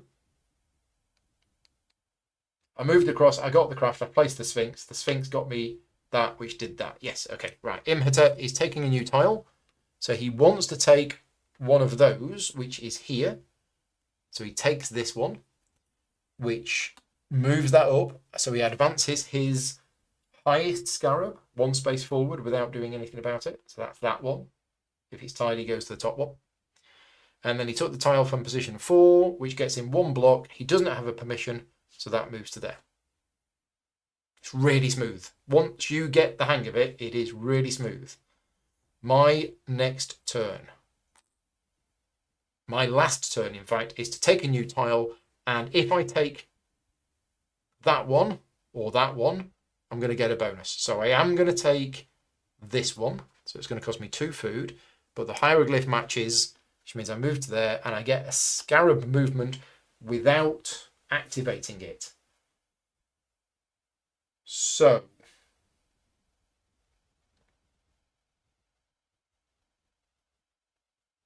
I'm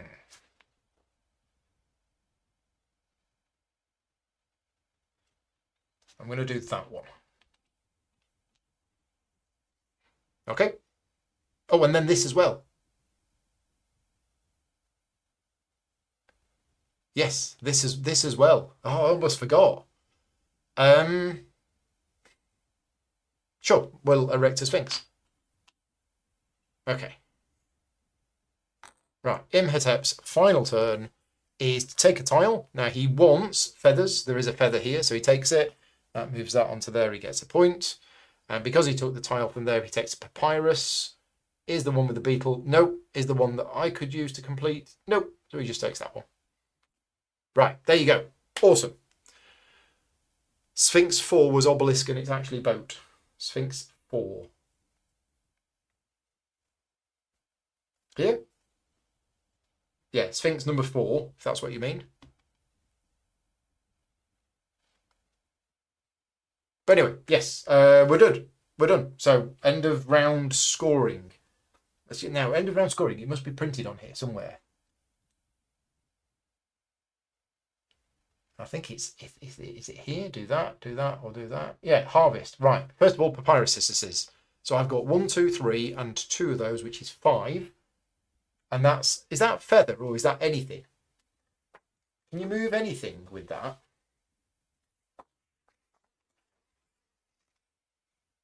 No, it's the feather. Okay. So 5. 1, 2, 3, 4, 5, and then the papyrus get rolled up. Okay, and Imhotep has just 2. He didn't manage to make any symbols. Sad times. I mean, he did well enough in first round, so that's good. What's next? See, that says hearts and feathers.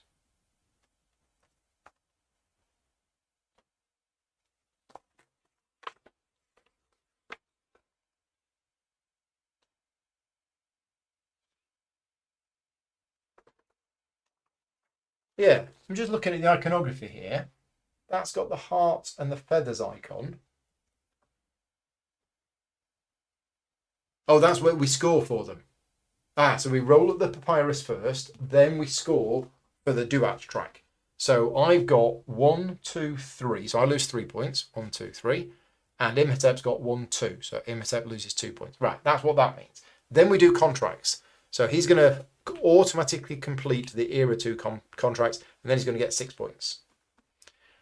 I'm just going to get 2 points. I didn't get any more contracts. Then we do the sarcophagus. Now, we didn't do this last time, so I can't remember how this works. Let's have a look. The necropolis. Score each sarcophagus you have placed in the necropolis. Each one gives you as many PP as the sum of the PP indicated by the mastaba tile. That's what it's for. So you can get amazingly powerful mastaba tiles. But anyway, that one is worth 3.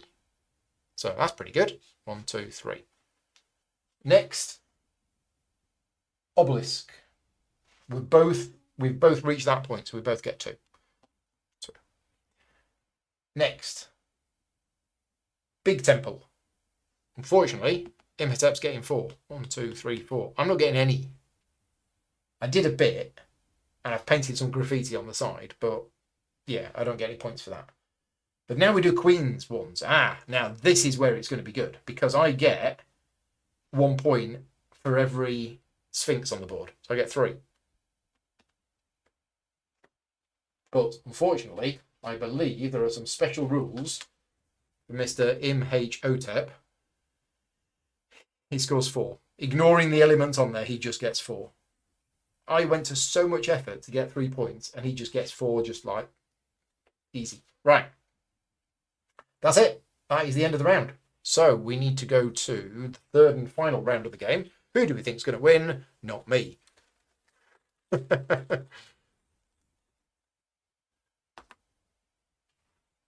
Yeah, it's going to take a bit of a miracle, I think. So these don't stand up yet because they haven't moved. We're replacing contracts now with 3s. So we need a contract here, and a contract here, and a contract here. What else do we need to do? These should have shuffled down. Apprentices come back.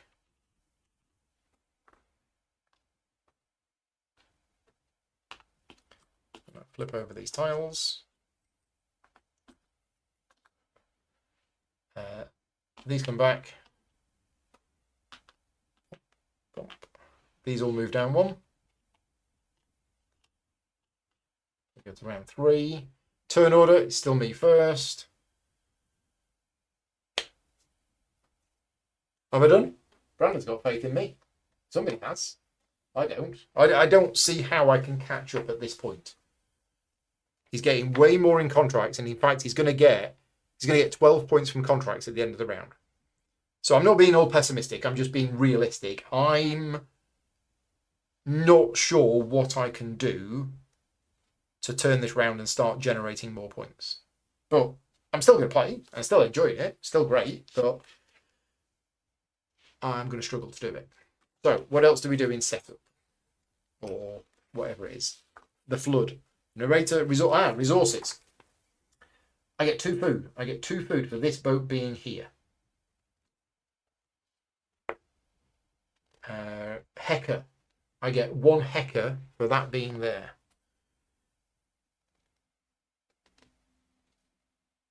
Okay.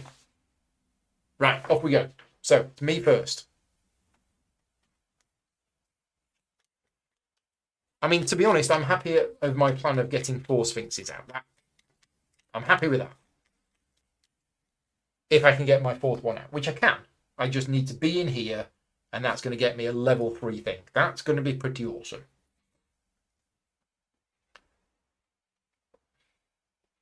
I probably want more of these contracts, because these contracts, I can do that one now. 1, 2, 3. Yeah, I've done that contract now. So movement points for boats is also good. Feather on position 7. No, my feather is actually on position 6. Have 3 sarcophaguses on the board. No, I've only got 1.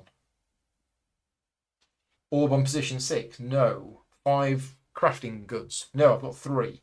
Don't have to be different. 4 sphinxes on the board. I'm going to have that. So I'm totally getting that one. 5 papyruses. Well, I've only got 3 at the moment, but I can do this. So I want to do boat movements. Boat movements is the thing I want to do.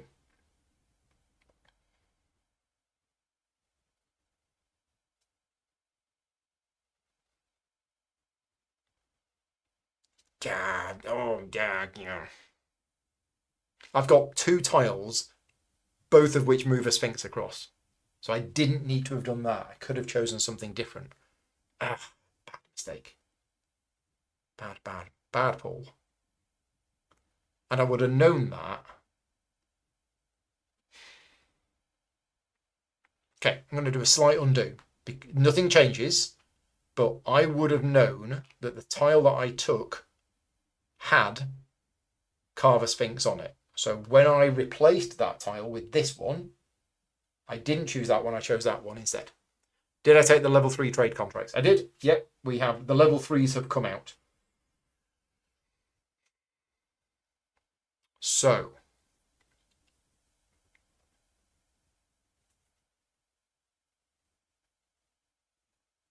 okay, let's do it. Let's place this, and we're going to place it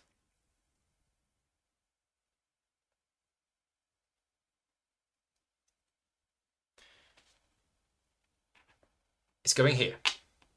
Costs 1 food. And I'm going to gain a craft. I'm going to take another ring, because I like rings. That's my 3rd one. But instead of placing it there, I'm actually going to place it here, because that gets me a point. There you go. The catch-up is on.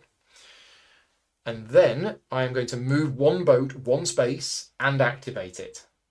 So I'm going to move this boat.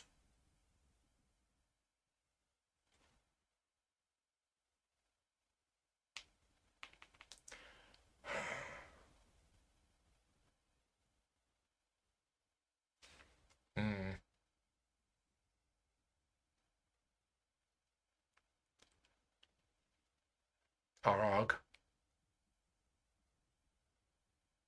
Doesn't work. Okay, doesn't quite work. I'm going to move this boat to here. And then I'm going to activate that boat. So I'm going to gain a feather. I'm going to take this contract. But then the boat comes out. Can't go in here because the area is full, so it goes back here. So I placed an apprentice here. I paid the food for it. I think I paid the food for it. And then I resolved the tile. Right. Imhotep's first turn is... Can't do that. Can't do that. Can't do that. Can't do that. Doing that. So he's placing this one. And it's going to go for a space where I am. So it goes there. Again, putting the pressure on to make me move to there quickly. It's then going to do this. So it's moving a boat 1 space. So it moves the one that's the furthest ahead so that it will go into a city. It can't do that, so it moves this one, because there isn't a city beyond here, is there? No. So it moves this one to here. Then it is going to activate one, so it activates the furthest one ahead, which is in a city, which is this one. So it gains a heart. It takes that contract and then it moves back to there. Can't go back there, so it goes back there. That's that done, and that's that done, and that's that done. So my go, I'm going to move this across to here, which is free. I move that to there, and I get to erect. No, I don't. Because I don't have the Sphinx. So I need to do one of these other actions. We need to do some crafty stuff.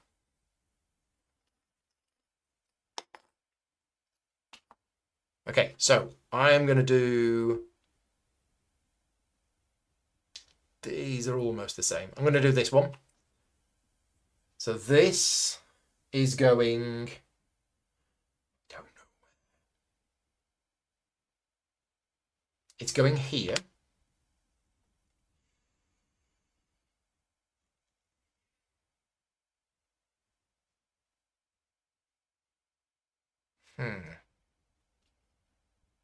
Is it going there? No, it's going here. Okay, and then I'm carving my Sphinx, and then I'm either moving one and donating, or making a new one. Well, so I can't donate until I've moved. I can bring this in.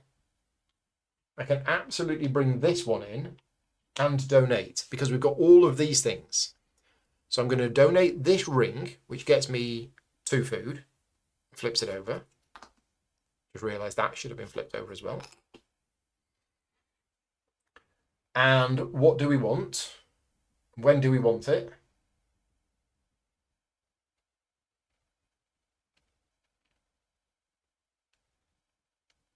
Okay, so I'm going to go on here, which is a feather and an orb. Now, I have just reached the deity spot, which means I immediately, I think, get to do the deity action. So the deity that we are using today is...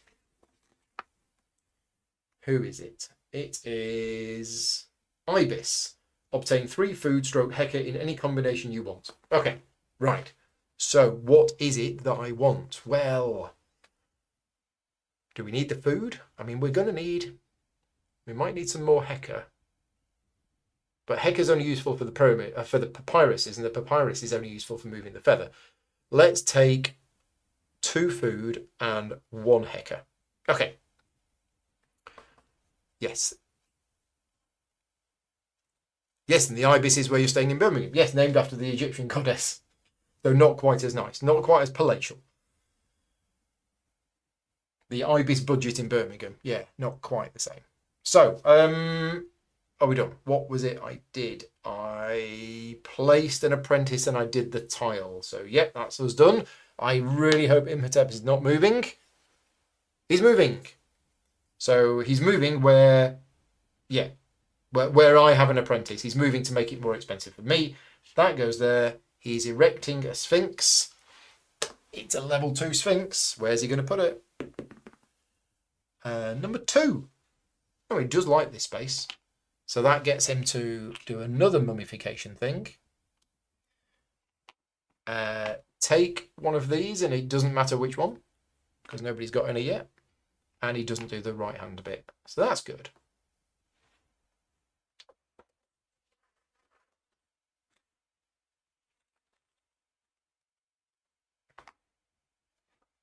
Okay, right. Is that done? I think so. It moved across here. It moved its scarab. Yep. There's a slash. Yeah, there's a slash. It's not 3 food and 3 anks. It's 3 of either one of those. Right, my go. So now we can move across, but I'm now not in any rush to do so because it isn't ever going to get more expensive.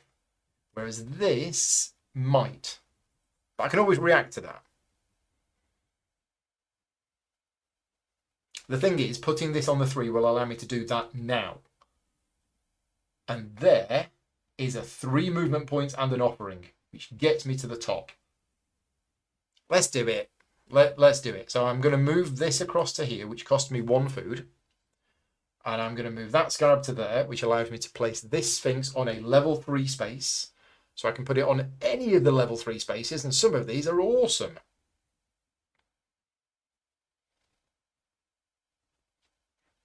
I mean, I've been trying to do this the whole game, so it seems silly if I now don't do it. So let's just do it. Let's just do it. Right. So I've got 3 movement points, and I can make an offering. So 1, 2, 3, and we are going to make an offering of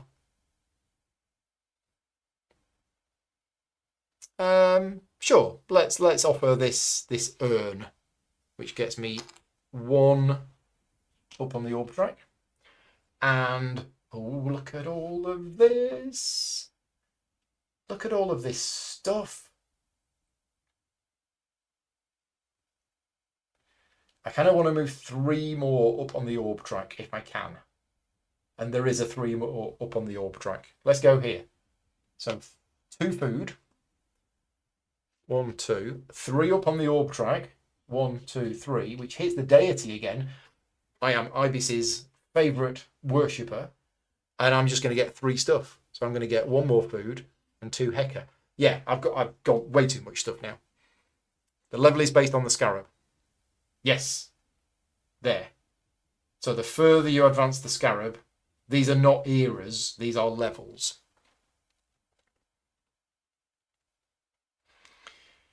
Okay, well that was exciting.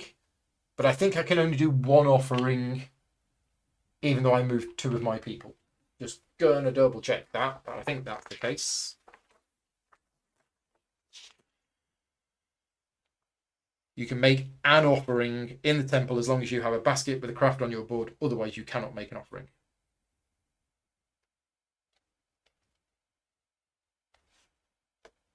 Yeah, okay, I think I've done it right.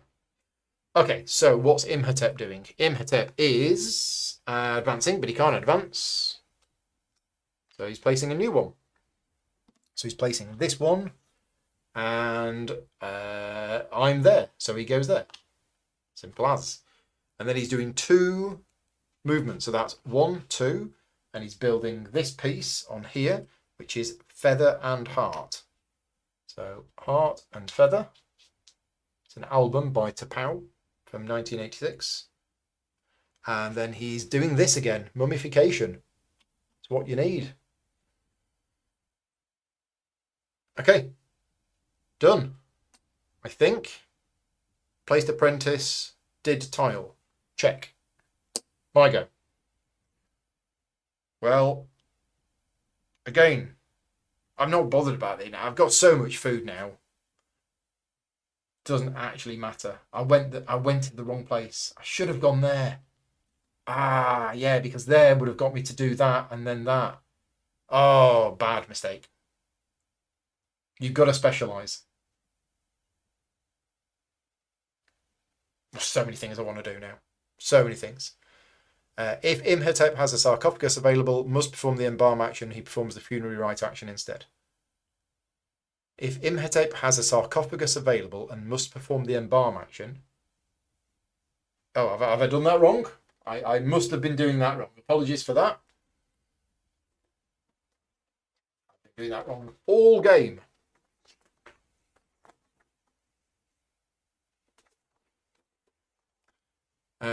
So, embalming. If Imhotep has a sarcophagus available and must perform the embalm action, he performs the funerary rite action instead. Yes, I apologise for that. So, what I'll do is I will take 2 of those back, and I will place 2 of these on the board. So, the funerary rite action, he rolls the die to choose a mastaba. Okay, so 1. Well, oh, these are mastabas, yeah. Then he places the sarcophagus in the empty space whose level is equal to the current era, ignoring the level of the action. So probably one of these would have been 2, and one of these would have been 3. Okay, so let's do one of them for era 2, which would have been number 2. So number 2, it would have gone on there, which would have got him 1, 2, 3, 4. So he's probably owed an extra 2 points. Now, would he have also got the 2 points for for that. He probably would have done, actually.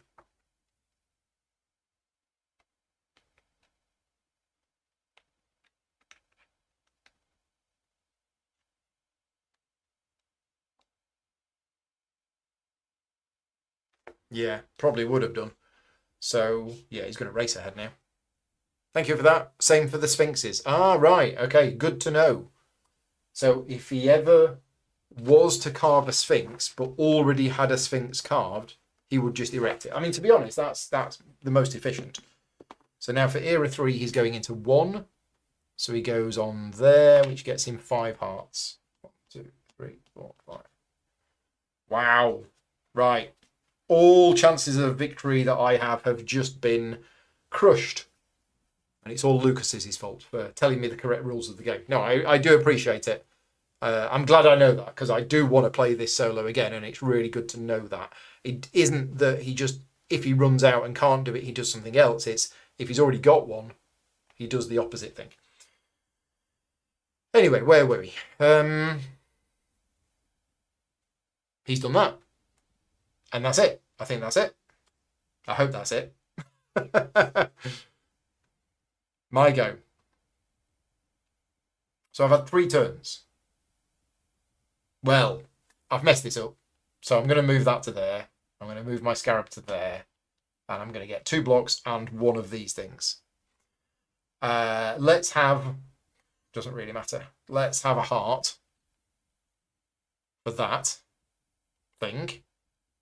And 2 blocks. Well, we could do the queen stuff. And I think we probably should. Even though I've only got 2 different things. That would effectively get me 2 points at the end of the game. What would that get me? That would get me 1. Almost nothing.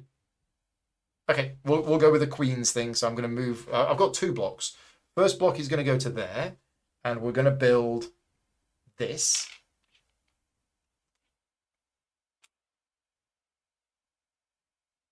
Okay, and then my second block is going to be to here. Because at least that's 1 point at the end of the game. Okay, and that's me done. Imhotep is placing his 3rd apprentice. So can he go in a space where I am? No. So he goes either on an empty space, which is there or there, whichever one his scarab is furthest ahead, which is there. And then he's going to do this. So he's erecting a Sphinx. Does he already have one? No. Sorry, carving a Sphinx. So he's carving a Sphinx. He's then got 2 blocks. Does he have any permissions? No. So he goes 1, 2, which doesn't build another piece, but it is going to get him more points at the end of the game, at the end of the round. That's, I believe, him done. That's Vicky, who's just come home. I wasn't sure how long today was going to take. I thought it might be 2 hours, but obviously it's been longer because I've been learning as we go. But it's been fantastic. So that's that done. My go. I could place an apprentice. In fact, yeah, I could place an apprentice, or I could take a new thing. And do we want to take a new thing? I mean, it would be this one. Or I could pay. I could pay for a better one. Yeah, I don't think I want to take a new thing. I think I'm going to place this. Now, don't make the same mistake, Paul. Do the thing that you want to do, which is this. Because I want to do that. And I think I want to get another one of these on the board. I don't really know. It's just I've got them and I'm not doing anything with them. The other options are, I mean, I can't really do this again because I've already got all my Sphinxes out. So that's a bit of a waste of time. Could do this. It's getting expensive. But I could activate some cities. Probably not going to get more contracts. Could go in here. Move 2 spaces and make another offering. I'm happy with the offerings. I've done that a bit. It's do I want a different crafty good? Well, I'm going to get one because of this. So no, sure, we'll go here. Right, then I get to craft something. So I'm going to craft this, and it's going to go here. Because that's my 3rd different good, which means that's going to be better. And that doesn't cost me anything. Right, okay. And then sarcophagus or Sphinx. Well, sarcophagus, because I got too many of them. And then that is that done. Right, okay.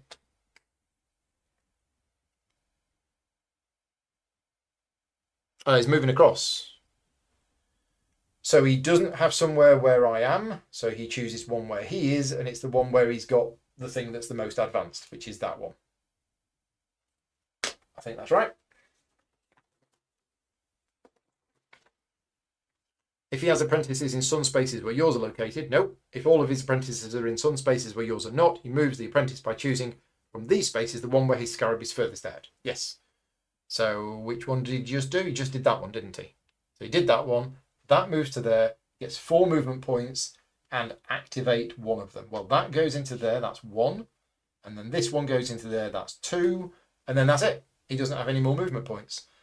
But then he activates this one. He gets 1 papyrus. He takes that one. Goes to there. And then he takes this contract and he ends up in here. Oh, look at all them contracts. I so easily won this game. I mean, yeah, to be fair, I'm not playing very well. I'm just playing to enjoy it. But I think that's it. He moved across. He did the thing. Did the thing. My go. I've got 4 actions left. One of them is this. So we'll do this now. Because... Oh, where's my scarab gone? My scarab was there, wasn't it? Yeah.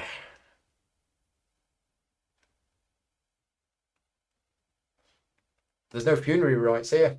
Nah. So I'm only going to get to do this once. So I move across, I spend 1 food, and I'm going to move my scarab there, but I'm actually going to do this action, which is to place one of these on a level 1 space. And I'm going to put it... It's whatever's going to get the most points at the end of the game.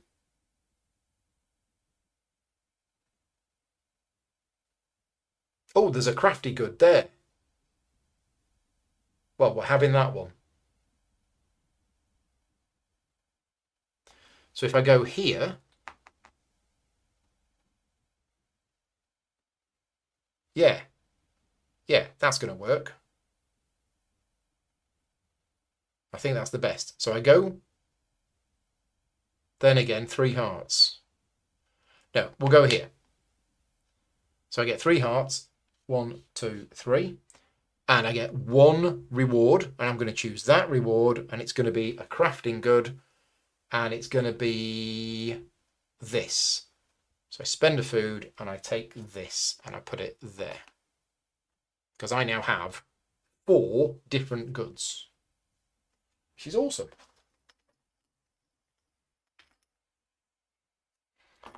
Okay, right, what's Imhotep doing? Taking a new tile. So he's taking one with a heron thing on it, which is that one. So that goes there. He moves that along. He gets a point. And he took the one in position 3, which means he gets to move his boat 1 space. So that'll be this one. And then he activates that boat. So he gets this contract. Now, I'm going to assume that this contract replaces one of the old contracts. If somebody wouldn't mind letting me know if that is correct, I think that's what he would do. In fact, let's just check the rules.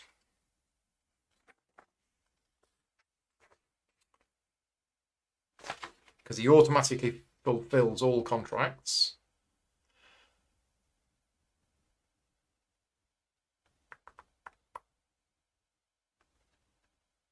Takes the highest value, yeah.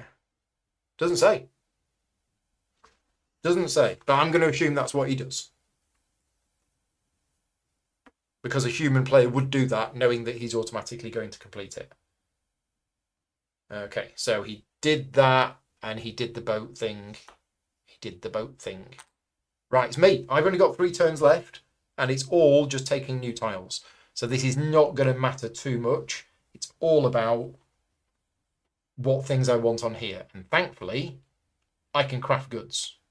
The rest of it is not really going to do anything, apart from erecting a sphinx is actually going to get me a point. Sorry, carving a sphinx is going to get me a point, because I can't carve a sphinx.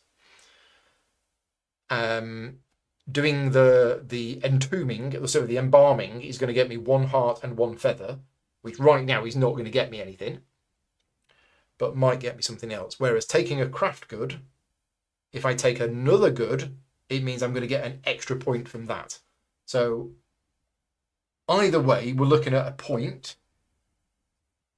But then there's this. This is more betterer. So we're going to take this one because I've got the food. So we're going to spend 3 food, and we're going to take this tile here. Because I've taken a tile from the top, I get to build 2 blocks. So I'm going to go block, block, use my final permission to finish off that temple, because that move has got me an extra 1, 2. That's got me 4 points. So that was a 4-point move, which I'm happy with. I think all of the other ones were like 1 point. So yeah, that one's quite good. Right, Imhotep's down to his 3 final turns. He's taken a new tile, and he wants to take one with the squiggly snake on, which he does, which moves that forward 1, and he scores a point. And then he took it from position 5, which means he gets a papyrus, and he takes that one.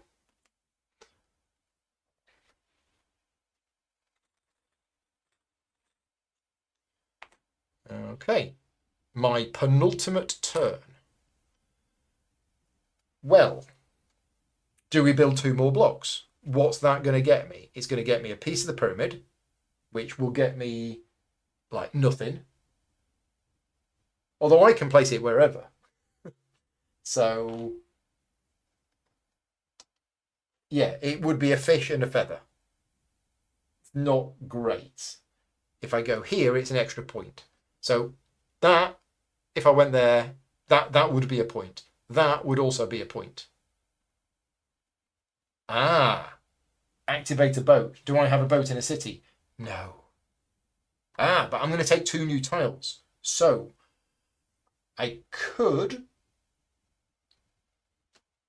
No, I can't. Well, no, what I was thinking of is with one of the tiles, I move a boat. And then with the next tile, I activate the boat. Unfortunately, moving that boat into there and claiming that contract, no, I haven't done that one. Moving that into there, have I done that one? No. If I move that into there, have I done that one? No.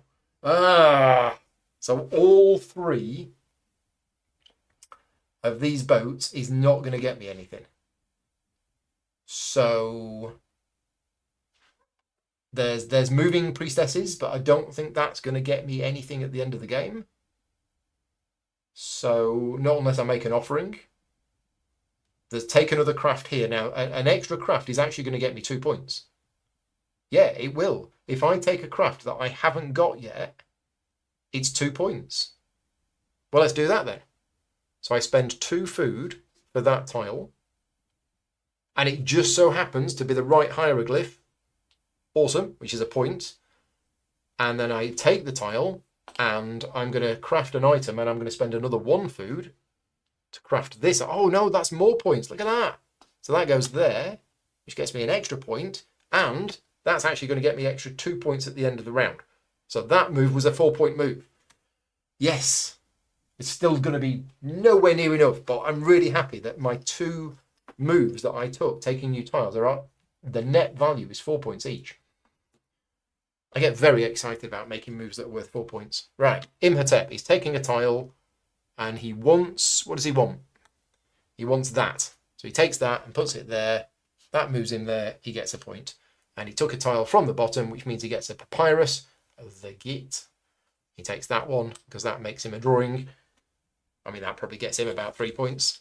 Right, my last move of the game, I have no choice. It has to be to take a tile, but if I can craft another item, I have all of these. So I can't craft a different item, and I can't, it wouldn't be worth any points if I put it there. So crafting an item is not going to get me anything.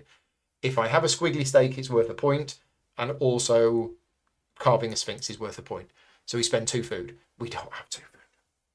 So I've miscalculated, and I'm a food short. Why? Oh. So actually, it's all terrible. Yeah, the whole thing is now all terrible. So the only thing I can do is to take a papyrus. That's not going to get me anything. Moving a boat's not going to get me anything. Moving a priestess is not going to get me anything. Moving a priestess 2 is not going to get me anything. Taking 1 block is not going to get me anything. Oh. Okay. That's a shame. If I'd have only had 1 more food, I could have bought that, and that it would be 2 points. It would be a 2-point move. As it is, I can't do anything.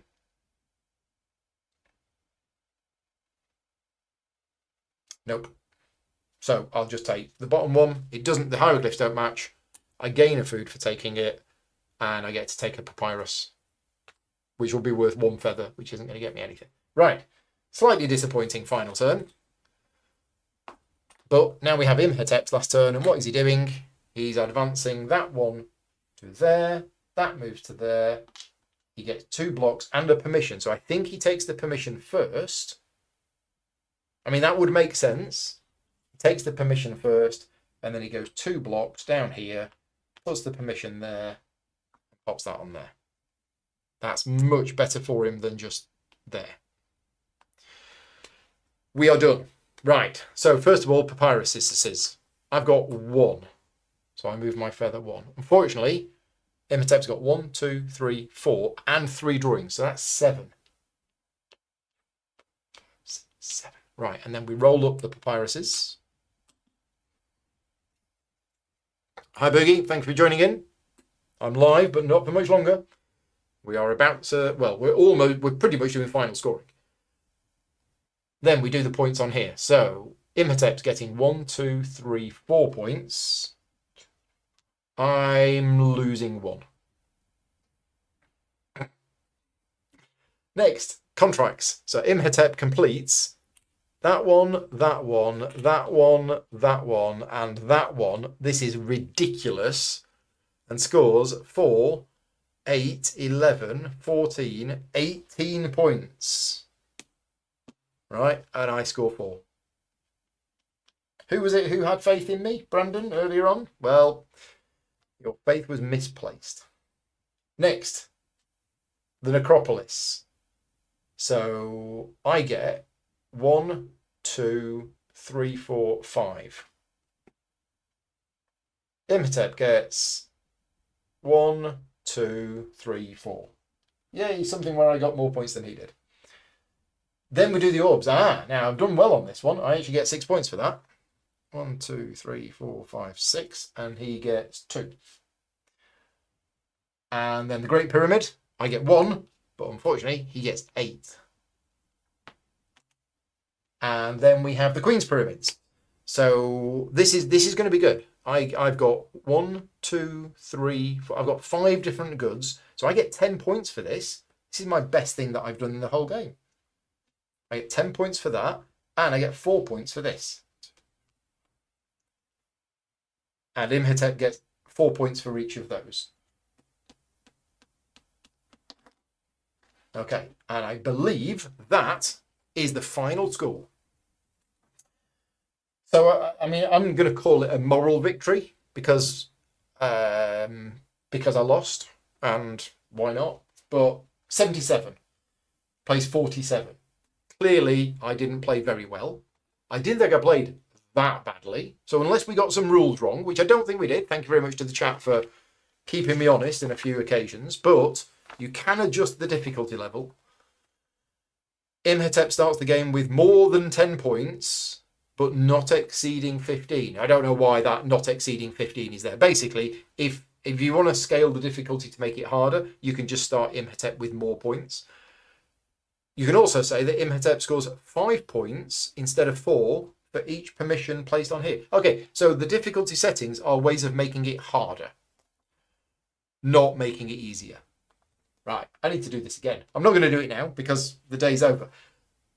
Let's talk about the game. I mean, if you've been watching this video for the last 2.5 hours, you will know how I feel about this game. This game is fantastic. This game is really, really good. I've only played this twice, but I've thoroughly enjoyed both games of it. I've played it at 2-player and now I've played it at solo. I like the game a lot. Is there any theme in the game? Not sure. And when I talk about theme, I don't just mean the setting, because the game has a setting. The setting is Egypt, and you're doing all of the things that happen in, ancient Egypt. You're mummifying people, putting them in the necropolis, building sphinxes, sailing up the Nile, trading with the boats. Yeah. But ultimately, this is a Euro game where you are trying to get bonuses and resources. So does the theme, does the setting come through in the mechanisms of the game? I don't think they do a lot. That isn't important for somebody like me. Did I feel that I was taking part in ancient Egypt, rituals or building the pyramids or anything else? I didn't really. I felt like I was playing a Euro game and trying to do the best I can with the points that I got. If you completely rethemed this game and made it space dinosaurs, I'd still play it, because the mechanics of this game and the choices that you make, that is the most important thing for me in the game. Saying that, the setting is nice, and I do like Egypt as a setting, so that's nice. Rulebook is really good. I'd say really good. What's written in the rulebook is really good.